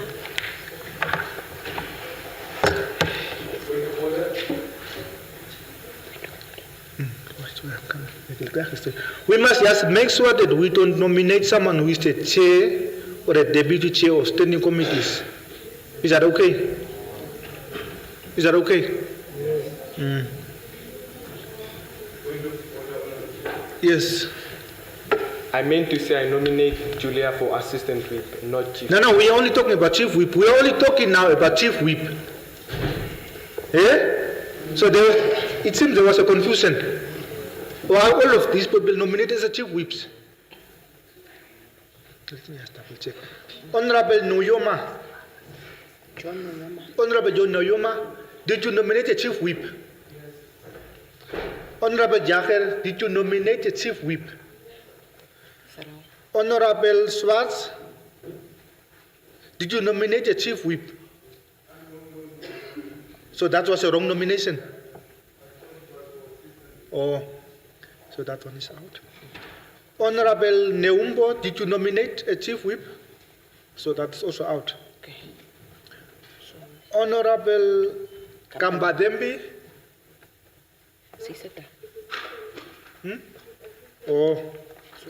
Yeah. Okay. So it means we only have 2 nominations for chief whip. Is that okay? Okay. Is there any other further nominations for chief whip? No. Honorable Sapumpu, do you accept the nomination?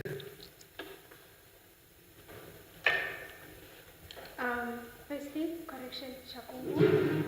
I accept the nomination for chief whip. Thank you.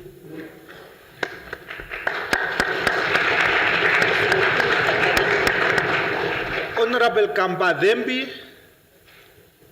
do you accept the nomination? I, Honorable Kambadengwe Pepepi, declines the nomination. So Honorable Kambadembi declines the nomination, which means there is only 1 nomination for a chief whip. Is that correct? Yes. So it means that we have duly declared Honorable Naomi Sapumbu as the chief whip.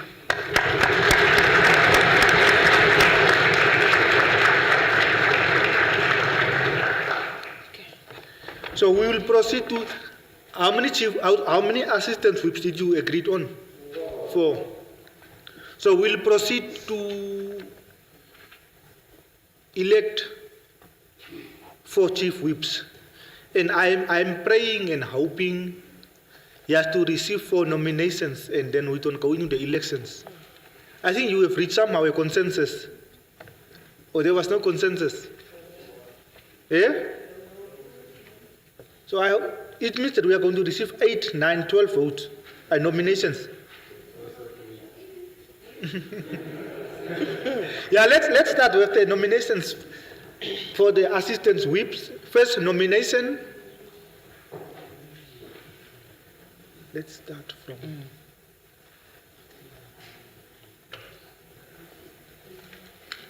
I, Stade Mavivo, from the Rongo region, nominate Bevan Kabu Wamwa.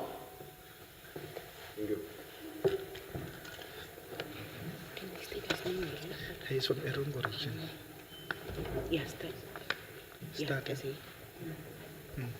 Nominate Bevan Kabuvanga. Is sitting in court. Who seconds the nomination of Honorable Bevan?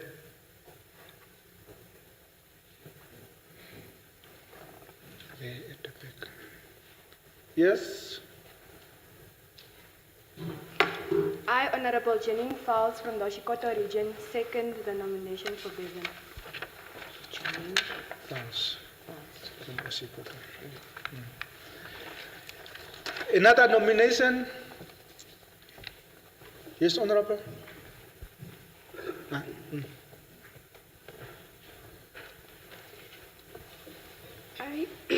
I, I, Honorable Laurinda Samuel from the Ohangwena region, nominate Julia from the Karas region. You must bear with us. Ohangwena. Your name again, Honorable? Laurinda Samuel. Nominating? Julia from the Karas region. Julia Konhata from Karas region. Who seconds the nomination of Honorable Julia Konhata?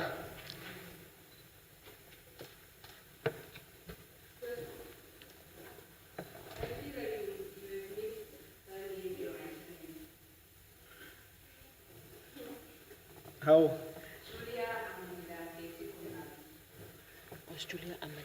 Oh, Julia Konhata Amadila. Yeah, sorry.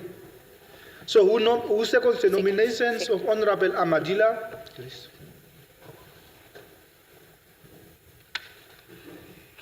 Yes, Honorable. I, Valentino Abrams from the Karas region, second the nomination. That's now the second nomination. Okay. Another nomination? Third one? Yes, Honorable. I nominate Shamira Kotsa from the Irongo region. Who seconds the nomination of Honorable Koche? Honorable Ekanjo?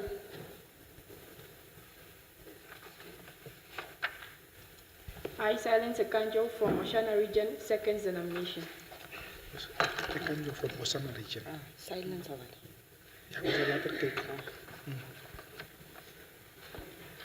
So that's now the third. We are still on the nomination for Assistant Whip. Yes, Honorable?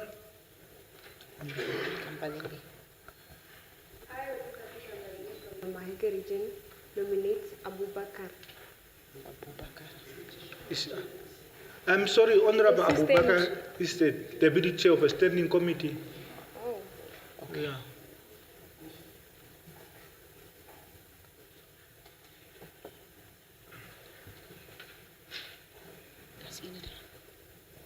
Yes. Yes, Honorable. I, Pius Amungulu from the Maheke region, nominate Janine Fang.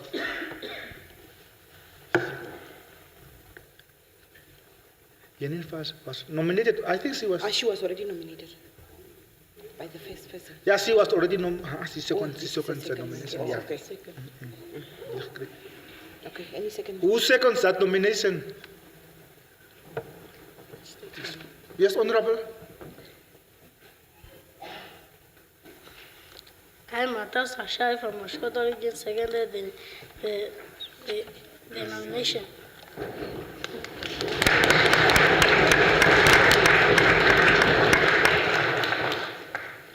Is there any other nominations? We have so far 4 nominations. There is no other nomination. Yes, Honorable. I'm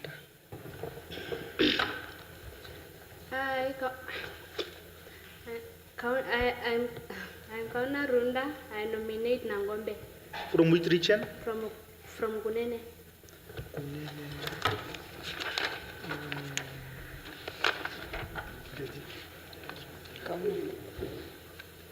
Sorry, Honorable, what's your name again?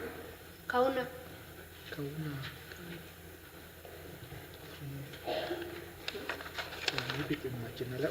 Yeah. You nominate? Nangombe. Full name? William Nangombe. Okay. Who seconds that nomination?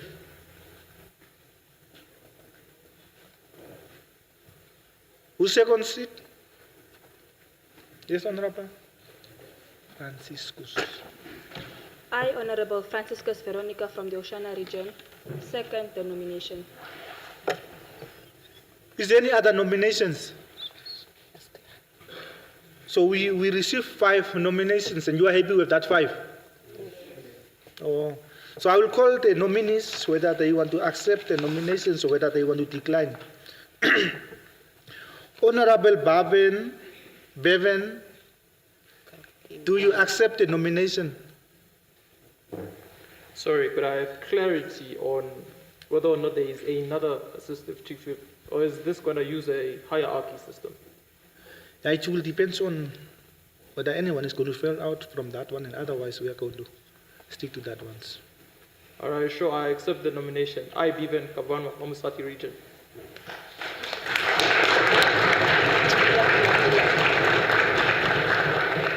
Honorable Julia Amadila, do you accept the nomination? I, Honorable Julia Konata Amadila, accepts the nomination. Honorable Samira Koche, do you accept the nomination? I, Shamira Kotsa, accept the nomination. Honorable Yenin Fals, do you accept the nomination? I, Honorable Janine Falls, accept the nomination. Honorable Nangombe William, do you accept the nomination? I, Nangombe William, humbly decline the nomination.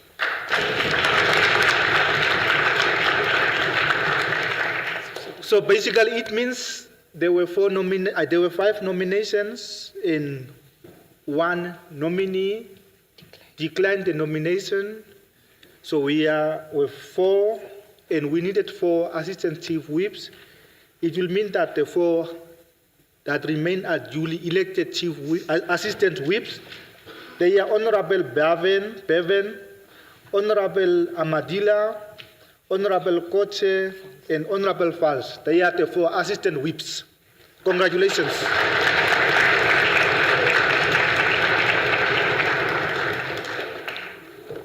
Mr. Deputy Speaker. Es was klar. Yeah, Honorable Deputy Speaker, you can proceed. There's no names. You can start with the motion. There's no names. It just says notice of motion honorable.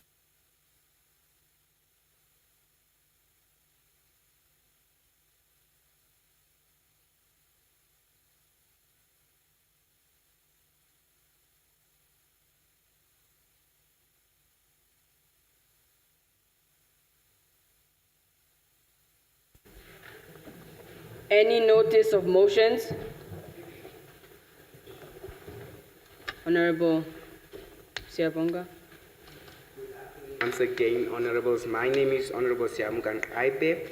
I hereby give a notice that tomorrow on the 17th of July 2024, I shall move that in terms of Article 63, Sub-Article 1BG of the Namibian Constitution, read together with Rule 51, Sub-Article 1 ABC of the Standing Rules and Order of the Children's Parliament, that I shall table a motion that has that the House discuss the role of the private sector in education, in the education fraternity. I so submit, Honorable Speaker.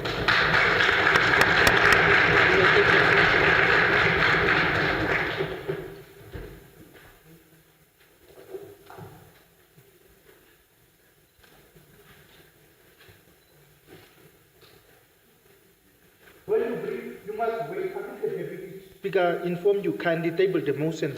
Then you move forward, you go, and then you table the motion. Is that okay? Any other notice of motions? Honorable Sam, Will.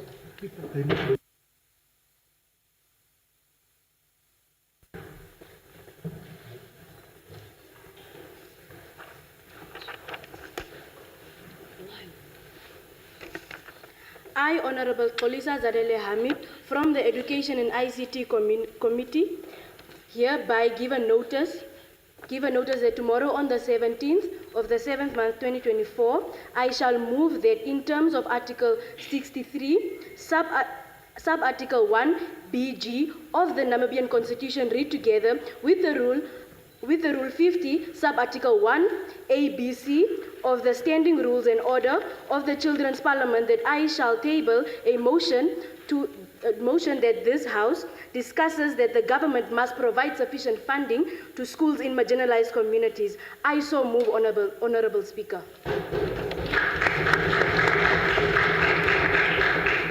You may kindly table your motion.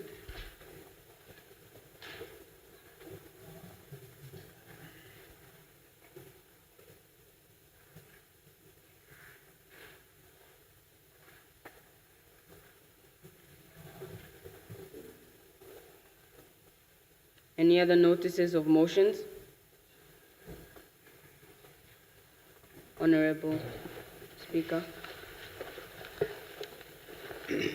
I, Gesho Neumbo, from the Education and ICT Committee, I give notice that tomorrow on the 17th of July, 2024, that in terms of Article 63, Sub-Article 1, B and G of the Namibian Constitution, read together with the Rule 50, Sub-Article 1, A, B, and C of the Standing Rules and Orders of the Children's Parliament, that I shall table a motion that this House discuss the importance of mental health awareness, emotional development, and psychosocial support to learners. I so move, Honorable Speaker.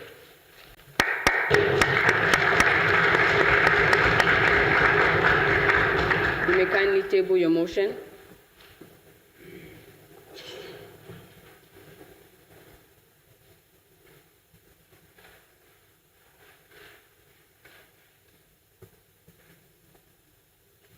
Any other notices of motions?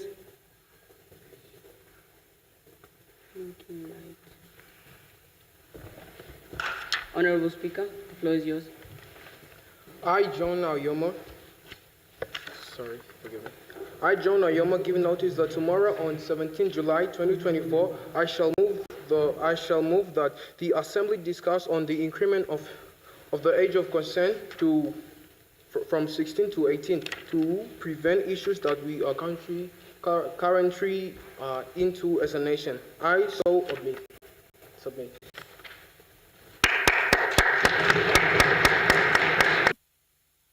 You may kindly table your motion.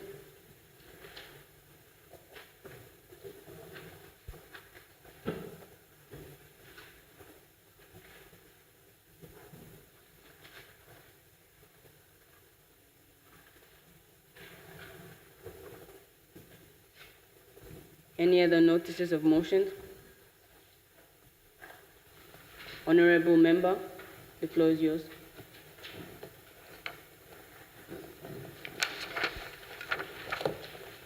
I, Philipus Raulensha, from the Education and ICT Committee, I give the notice that tomorrow on the 17th July 2024, I shall move that in terms of the Article 63, Sub-Article 1, B and G of the Namibian Constitution, read together with the Rule 50, Sub-Article 1, A, B, and C of the Standing Rules and Order of the Children's Parliament, I shall table a motion that this House discuss that the Namibian government to re-evaluate the free education policy, this to allow us properly access the loopholes that we are currently facing, one of it being the inadequate resources that we are having. We are not going to run away from free education, but the current loopholes needs to be addressed with immediate effect. I so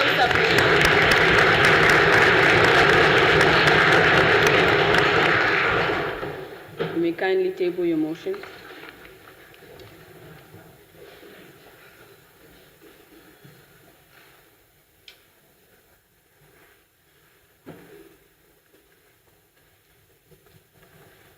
Any other notice of motions? Honorable Member, the floor is yours.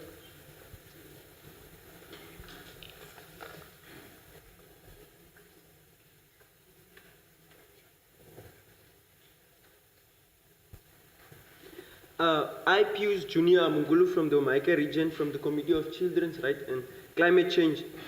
I give notice that tomorrow on the 17th of July 2024, I shall move that the government should have more mechanisms to make sure that the flooded areas like Oshana and Ohangwena are having bridges so that the water overflows and it will not affect the children's way to school. Thank you.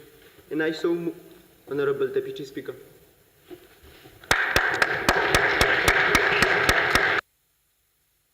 You may kindly table your motion.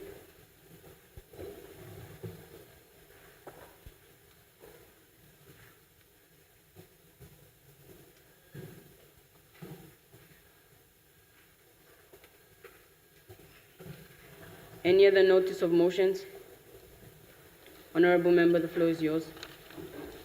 Thank you.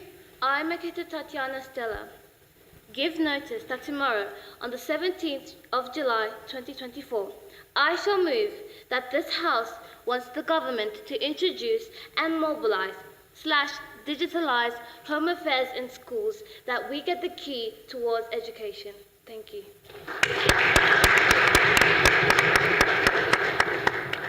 You may kindly table your motion.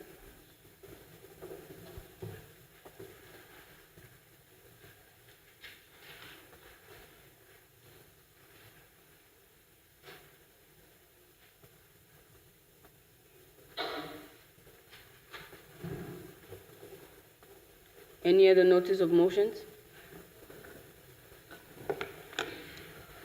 I, Honorable Julia Konata Matila, from the Education of Information Communication Technology and Committee, I give notice that on 17 July 2024, I shall move that in terms of Article 63(1) B and G of the Namibian Constitution, read together with Rule 50, 1A, B, and C of the Standing Rules and Order of the Children's Parliament, that I shall table a motion that this House discuss the implementation of AI, artificial intelligence, to address the challenges of the Namibian education sector.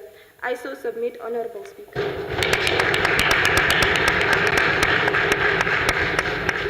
You may kindly table your motion.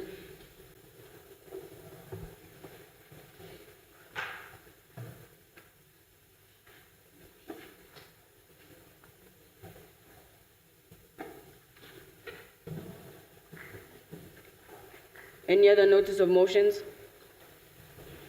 Honorable Speaker, Member. I, Prisha Mokochamela, from the Standing Committee of the Rights of Children and Climate Change, I give notice that tomorrow, on the 17th of July 2024, that the government of Namibia must address water scarcity among children by implementing comprehensive solutions to ensure that 80% of the children have clean and safe water. Thank you very much. You may kindly table your motion.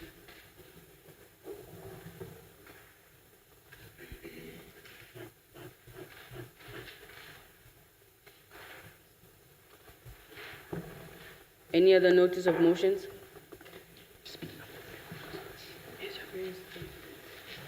Honorable Member, the floor is yours. Thank you, Honorable Speaker. I, Matilda Shiabe, from the Standing Committee of the Rights of Children and the Climate Change, hereby give a notice that tomorrow, on the 17th of July 2024, I shall move that government should subsidize regional offers and the school transport for learners that live far from school. Thank you.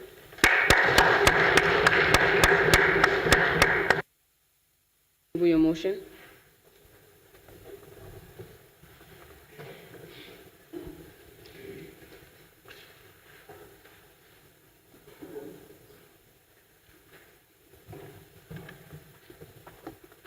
Any other notice of motions? Honorable Speaker, Member, the floor is yours. Sorry, I, Moronga Rose Malray, give notice that tomorrow, on the 17th of July 2024, I shall move that this Assembly discusses gender equality and qualify the specific emphasis on the neglect of the boy child. And I so submit. You may kindly table your motion.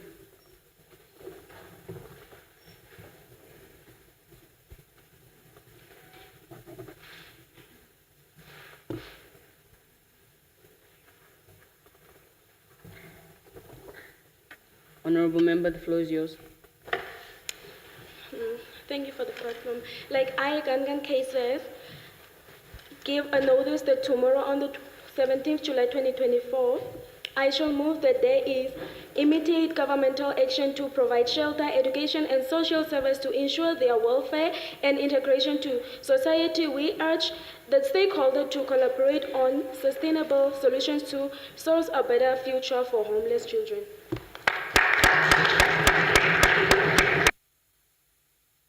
Table your motion.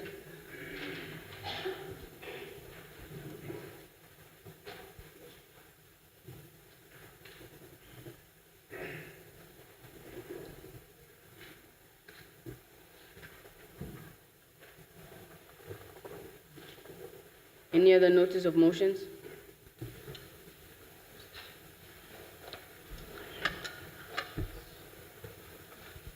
Thank you.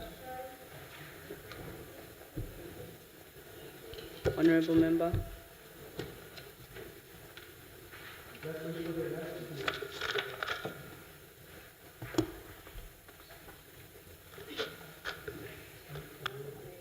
Honorable member, the floor is yours.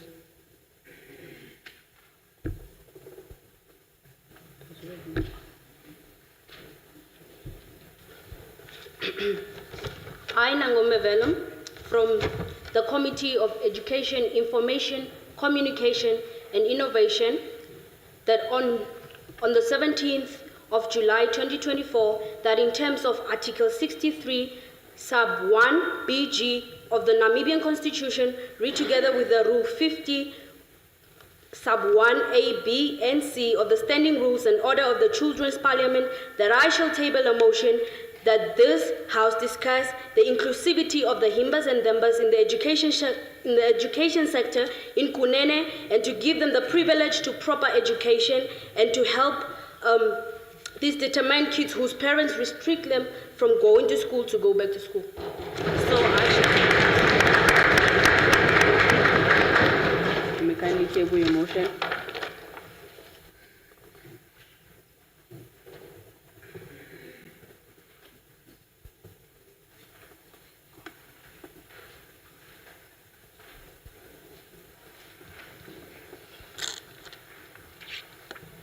Honorable member, the floor is yours.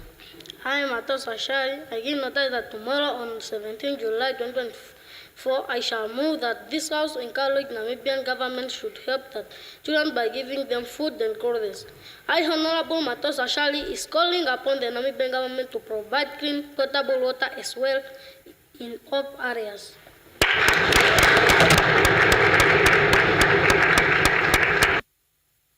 Can you table your motion?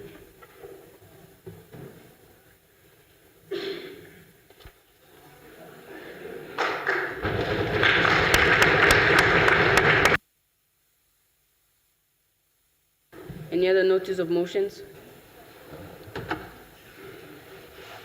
Good afternoon once again. I am Honorable Brandy Fekaha from Kunene region. I give a notice that tomorrow on 17 July 2024, I should move that this assembly discuss harmful cultural practice affecting children in marginalized community and teenager pregnancy in marginalized communities. So I said me.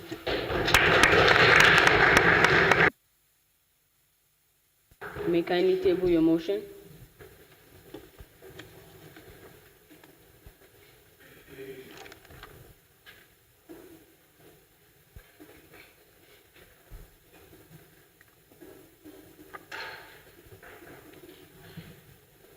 Any other notice of motions?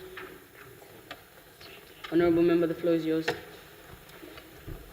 I, Jonas Gaetano, from the Education and ICT Committee, I give notice that on 17 July 2024, I shall move that in terms of Article 63, Sub-Article 1BG of the Namibian Constitution, read together with Rule 50, ABC of the Standing Rules and Order of the Children's Parliament, that I shall table a motion that this House discuss the reintroduction and strengthening of vocational training in primary and secondary school in order to combat the increasing dropout rates and failure rates of learners in schools. So I submit. You may kindly table your motion.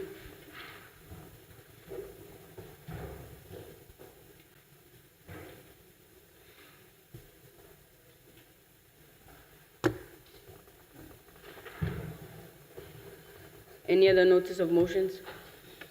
Honorable Member, the floor is yours. I started Mabibo from the Ronga region and from the Health and Child Safety Committee. I give notice that on Tuesday, 16 July 2024, that this August House debates on the motion on the ban of all narcotics across Namibia and interventions thereof. I shall stand to promote a complete and unequivocal ban on all narcotics in Namibia. This motion is grounded in a moral and ethical framework that prioritizes the health, safety, and well-being of citizens and society. Thank you.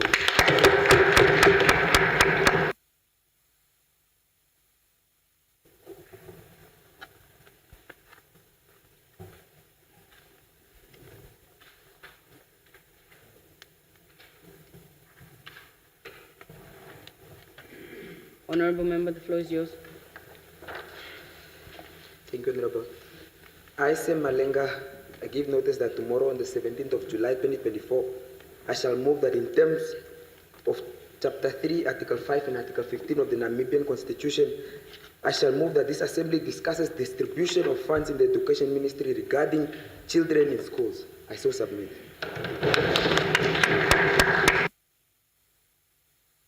Table your motion.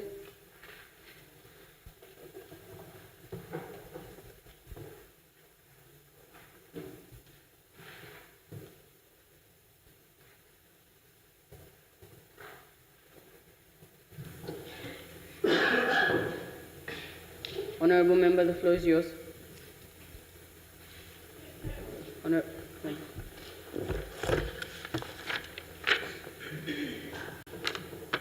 I, Honorable Montero Jacob, from the Kavango East Region, a standing committee on health and child safety, give notice that tomorrow, on the 17th of July 2024, I shall debate on the motion that states that the enhancement of mental health and care in schools, in order to ensure that every child's mental issues or problems are addressed accordingly and equally in Namibia. I so move.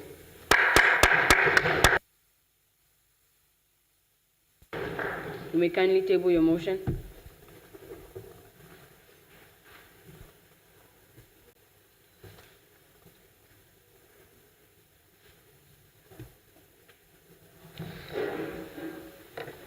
Any other notice of motions? Honorable Member, the floor is yours. Honorable Deputy Speaker, I, Honorable Jessica Range, give notice that on Wednesday, the 17th July 2024, that this August House debates on the motion on the establishment of equipped sick bays in schools. I so move. Kindly table your motion.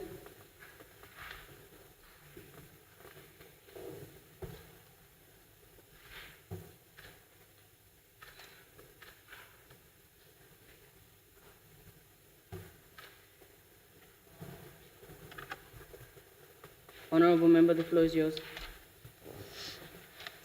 Thank you, Honorable. I, Makete Tatiana Stella, give notice that tomorrow, on the 17th of July 2024, I shall move that this House would want government to step up birth registration, that children may have the privilege to go and attend school. I so submit.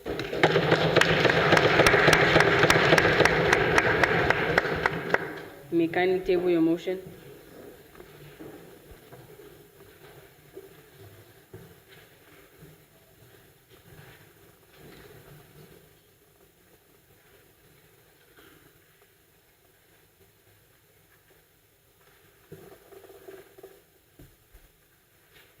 Honorable Member, the floor is yours. I, Emilia Mzidziwa from the Kavango West, give notice that tomorrow on the 17th of July 2024, I shall move the reinforcement of security between the Namibian and Angolan borders due to the rape of young girls by illegal immigrants from Angola. You may kindly table your motion.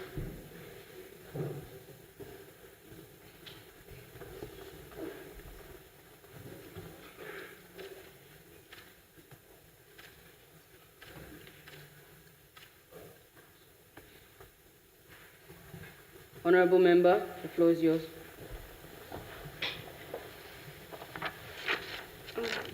I, Laurinda Samuel from the Ohangwena region, from the Education and Information Communication Technology and Innovation Committee, I give notice that tomorrow on the 17th July 2024, I shall move that in terms of Article 63, Sub 1 BG of the Namibian Constitution, read together with the Rule 50, Sub-Article A, B, C of the Standing Rules and Order of the Children's Parliament, that I shall table motion that this House discuss that government should build schools with disability-friendly infrastructures and renovate the existing ones to make them accessible for the disabled school children. So I submit, Honorable Speaker.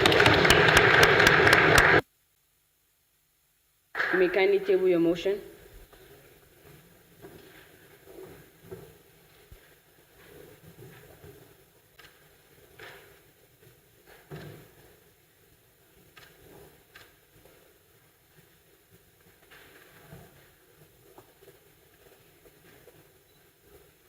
Honorable Member, the floor is yours.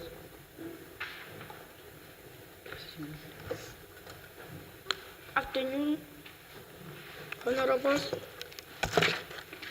My name is Ubatela Yachar from Ohangwena region. I give notice that tomorrow on 17 July 2024, I shall move that this assembly discusses sexual violence in rural communities. I so submit.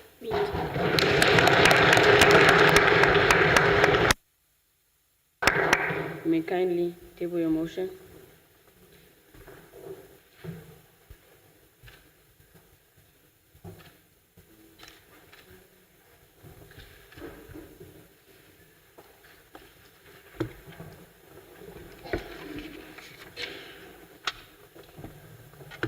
Honorable Member, the floor is yours. Thank you, Honorable Deputy Speaker. I, Shamira Kotsa, from the Standing Committee on Gender Equality, Marginalized Empowerment, and Social Welfare, I give notice that tomorrow, on the 17th July 2024, I shall move that this Assembly discusses addressing child hunger in Namibia. As you see in the Namibian newspaper, it is estimated that about 85,000 people might die of drought and hunger. I believe that's enough motivation to table this motion.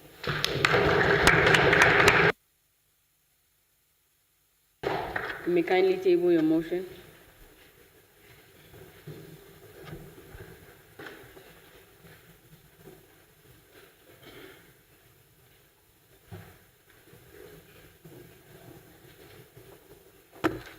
Honorable Member, the floor is yours. Honorable Speaker, I'm Ulysses Jobert from Zambezi region and of the Health and Child Safety Committee. Give a notice that tomorrow on 17 July 2024, this August House debates on the motion on safety gears to pre-vocational students. I so move. You may kindly table your motion.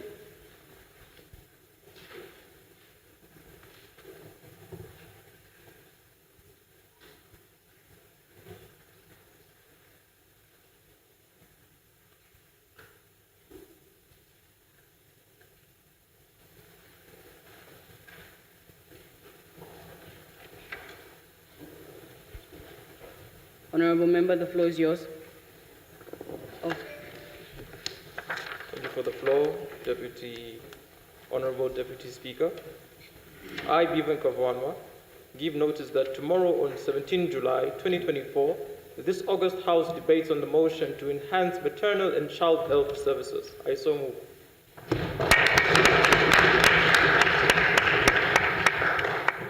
You may kindly table your motion.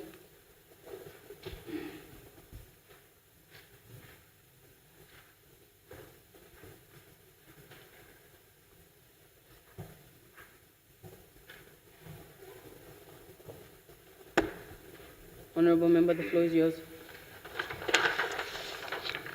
I, Honorable Speaker Jane Ferrier, table the motion on behalf of Michael Ajiboso I give notice that tomorrow, on the 17th of July 2024, I shall move that the catering of disabled people movement be put into place.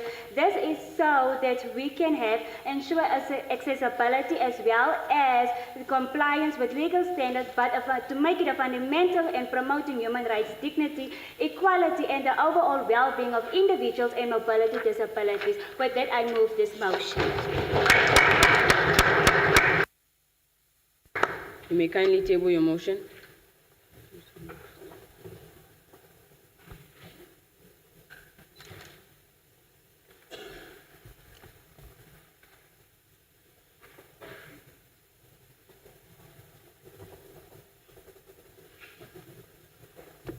Honorable member, the floor is yours. Thank you, Deputy Speaker. I, Valentino Abrams, I give notice that tomorrow on Wednesday, 17th July 2024, I shall move on the enhancement of school feeding programs in educational sectors for unprivileged learners.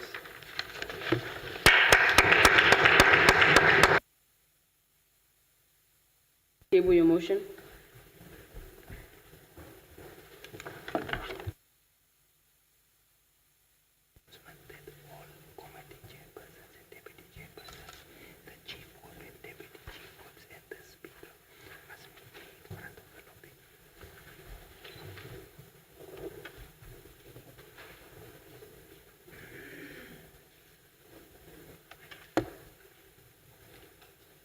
Honorable member, the floor is yours.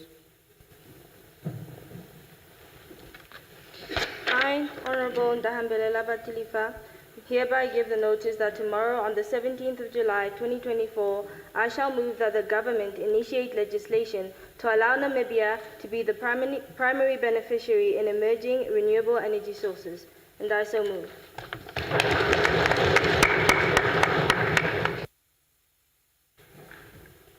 Before we proceed, I would like to give an announcement that all deputy chairpersons of all communities, deputy speakers, chief whips, and assistant whips may meet Mr. Chandre in the room behind the chamber. Thank you. Honorable member, the floor is yours.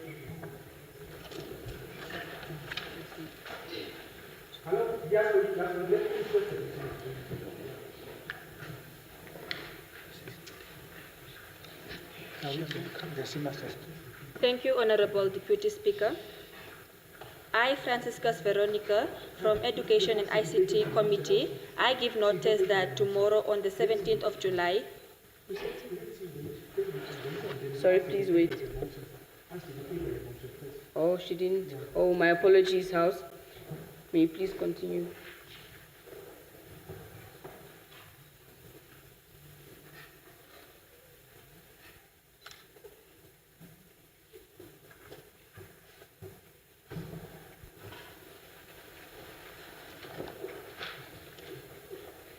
Honorable member, the floor is yours. Deputy Speaker. I, Franciscus Veronica, from Education and ICT Committee, I give notice that tomorrow on the 17th July 2024, that in terms of Article 63, Sub-Rule 1, B and G of the Namibian Constitution, read together with Rule 50, Sub-Rule A, B and D and C of the Standing Rules and Order of the Children's Parliament, that I shall table motion that this House discuss that the government should improve the infrastructures in schools such as classrooms, libraries, and laboratories. Thank you.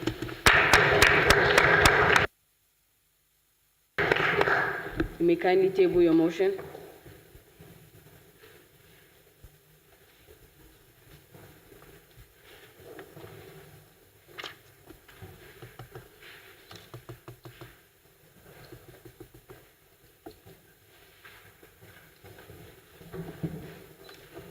Any other notice of motions? I just want to remind you all that in terms of our program, the sitting of tomorrow starts at 9 o'clock. I would therefore request that when we come down for breakfast tomorrow morning, we bring all our bags and books. Is there a hand? You want to? Yes, it's a motion. Honorable Member, the floor is yours.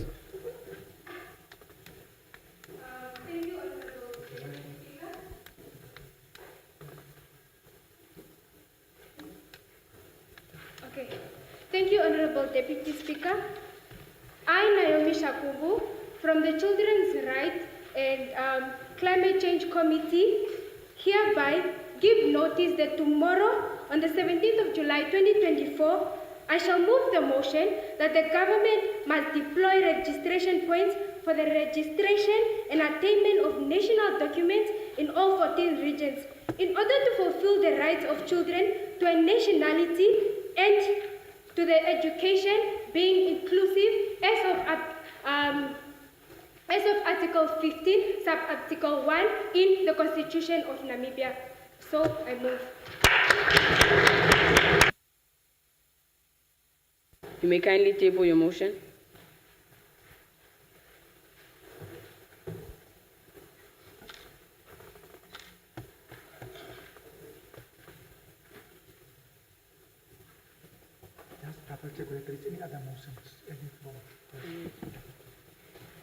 Any other notice of motions?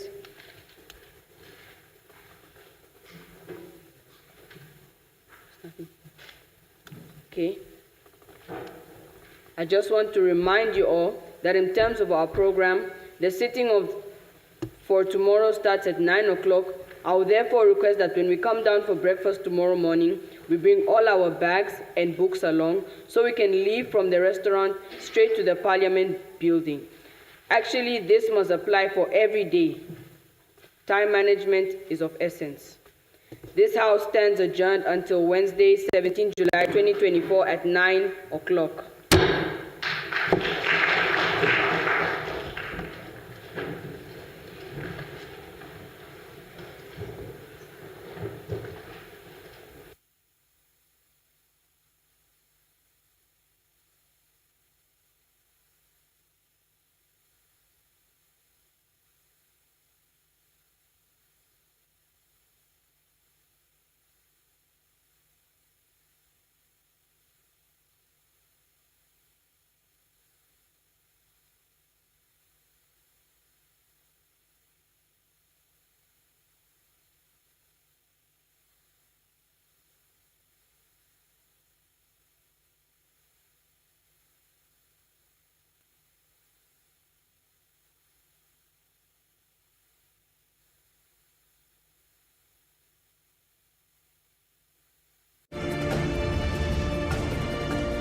This is NBC One.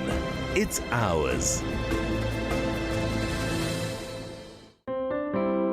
Now, recently, Namibia joined the rest of the world in commemorating World Oceans Day. It's an annual commemoration where we appreciate the conservation efforts that have been made to keep our oceans healthy. Ocean essentially regulates the planet as such, but then the challenge here is that the ocean is also facing threats from our side. Communities living next to coastlines, sea level rises, and that's going to then have an impact on all of them. The impacts of an unhealthy ocean can sometimes only be seen in the long run.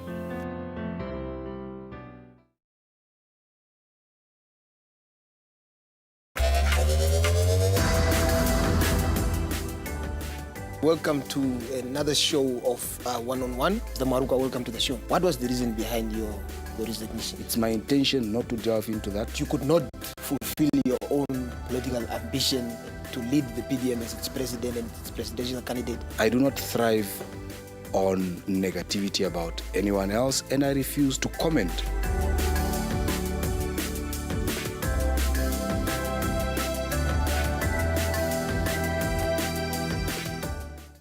Malaika, the talk show for African Christian women. Through divorce and separation, there is so much hurt. The first biggest decision I made is I'll never get married because I don't want anyone to think they have any power over me. You're on the ground in Southern Africa. What is actually happening? The kids from the first wife tend to feel they're better than the others. So there's always that competition and the strife. It really felt like death. I felt like I just wanted to end everything. Church is called to be different than the world. The church should be a reference. Here we don't do this.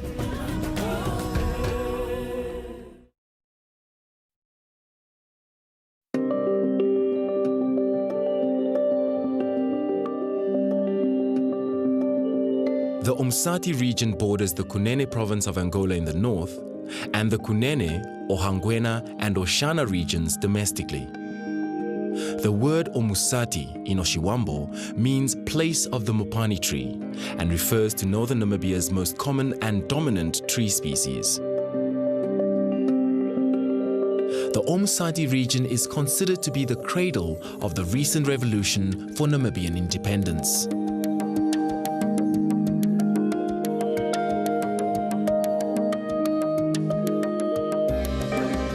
With its iconic vegetation, diverse cultural heritage,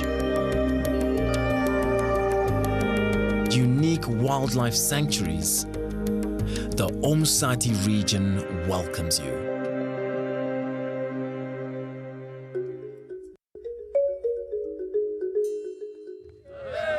Named after the Omankono village near Ongulumbashe, this group started off as a village football club. This dance is called Ompembe and is only practiced by Akwaruthi and Anganjera people. They sing and praise manhood as they dance. The clothing they wear today mimics the animal skins Akwaruthi men used to wear. The Faleniko cultural group's name translates to bringing knowledge and skills to their community. They document their history through dance and song. Here, the Ompembe passes from older brother down to younger brother.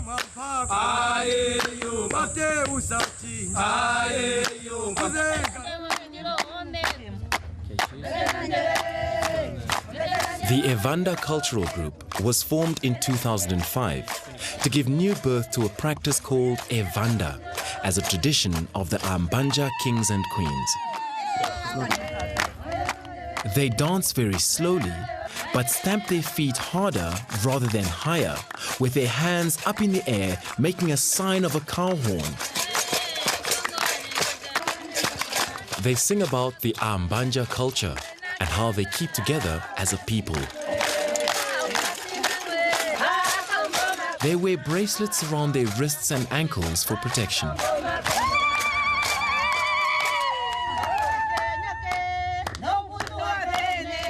The Itumbapo cultural group was formed in the year 2000, and the name means to lift yourself up.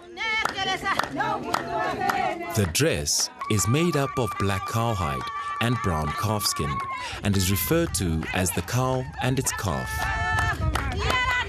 The dance is a play to represent this practice. The cow is a sign of wealth to Ambanja people, and they sing and dance to honor it.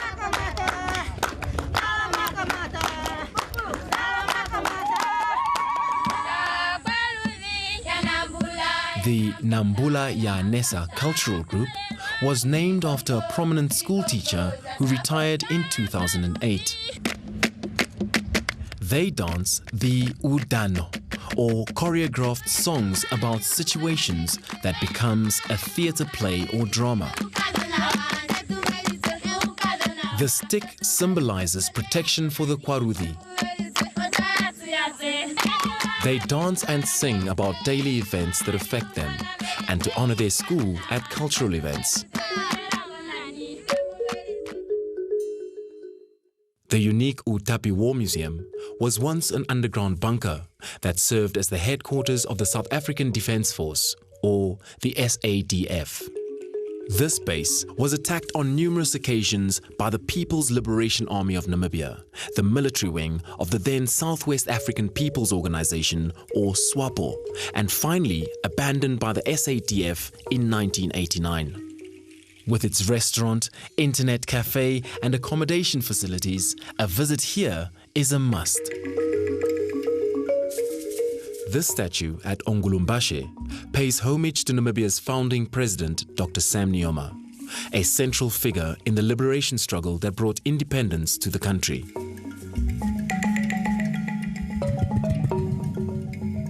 The Ongulumbashe Memorial commemorates the beginning of the Bush War on 26th of August 1966.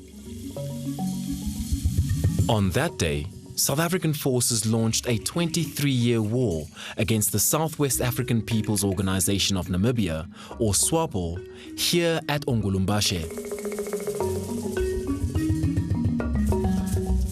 Since Namibia's independence in 1990, the 26th of August has been celebrated annually as Heroes' Day.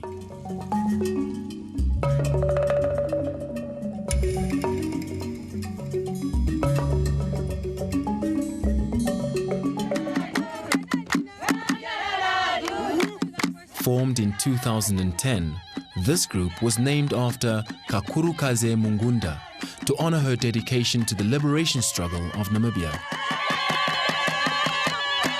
The women sing to praise themselves for the roles they play in their community.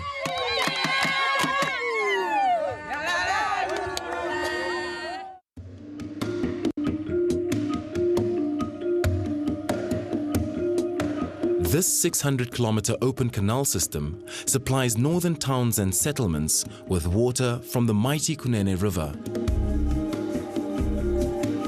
The Ruakana Falls takes its name from the Odiherero word Orua Hakahana, meaning the rapids. This geographic feature is dry for most of the year. But after good rains between the months of February and May, the Kunene River becomes an angry mass of water that thunders into the gaping 120-meter gorge.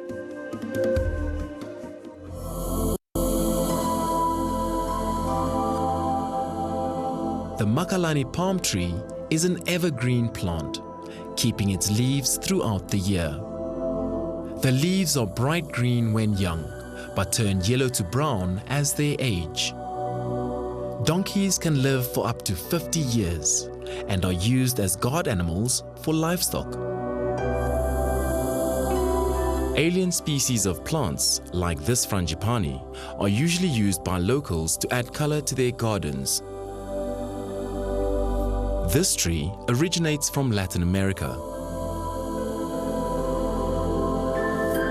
One of Africa's botanical treasures, the marula tree, is most well known for its fruits that apparently drives elephants mad. Pollinated by bats and nocturnal insects, the flower of the baobab tree emerge in the evening. 28 meters tall, this tree is known as the Ombalantu baobab tree, the tree of life, or Omukwa wa Mbalantu. The trunk can accommodate about 35 people inside it. It has served as a chapel, a post office, a house, a police station, a bar, and a hiding site during various stages of Namibia's history, and is estimated to be 800 years old.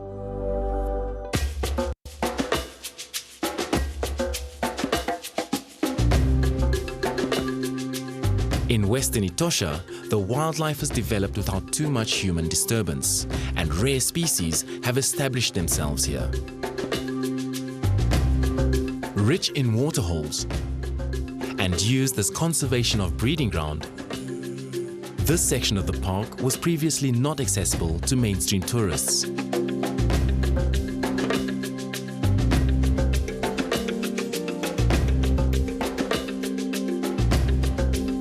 Etosha's elephants are the tallest in Africa, but mineral deficiencies mean that they have very short tusks. The adult male weighs about 5,500 kilograms and stands 3.5 meters tall. Although tough, an elephant's skin is very sensitive. Without regular mud baths to protect it from burning, insect bites, and moisture loss, an elephant's skin suffers serious damage.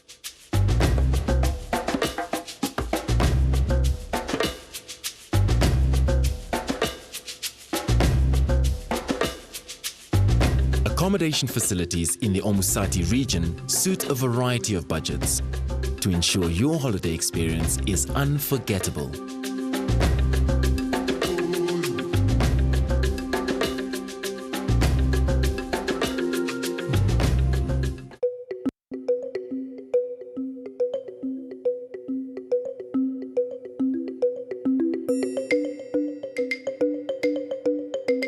Cluture is a joint venture with the conservancy out of the Utapi and the Ovambu and the Omusati region.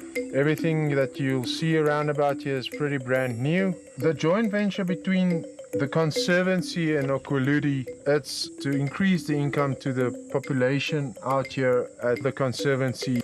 A certain percentage of the total income that's being generated through Cluture, through tourists, that would go to the community and the conservancy to help them, to provide them with the necessary things like upgrading water holes. For us, it's to protect the game and to help the conservancy to protect their game. We are working in the same area, and the aim is like the same, to conserve trees and wildlife. Our conservancy is conserving the wild animal, where we have the core area, which will find different types of wild animal, like springbok, giraffe, zebra, kudu, and different types of birds, like vulture and eagle.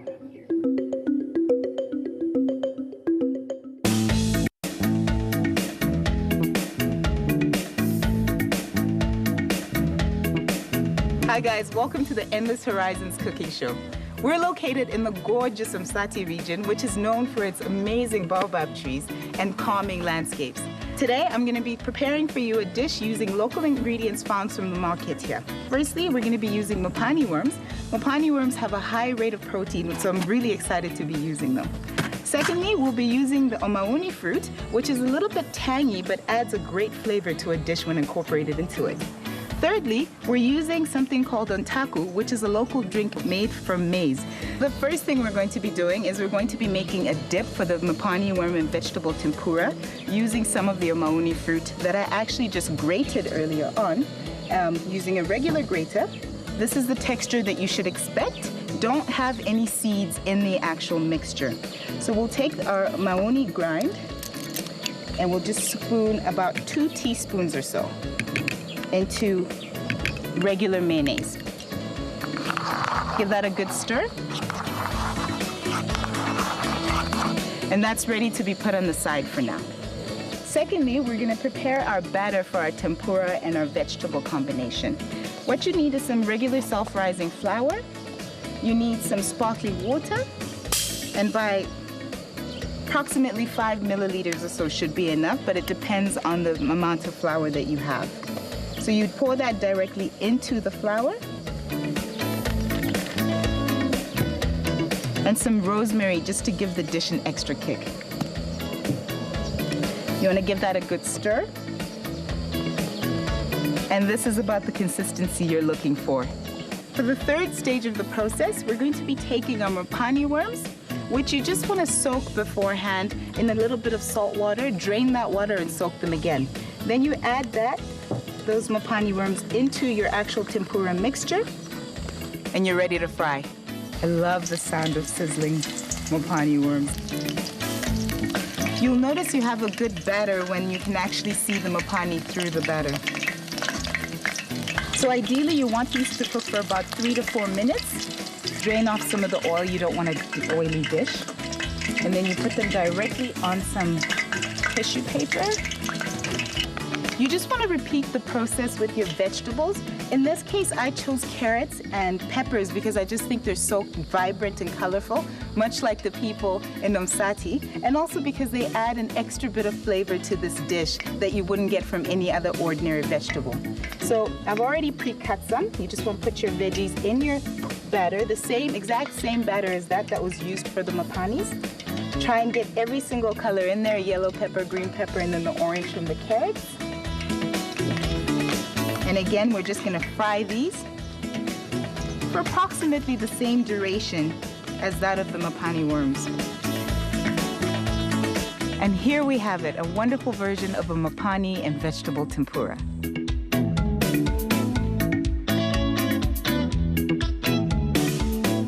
Make the endless horizons of the Omusati region your next holiday destination.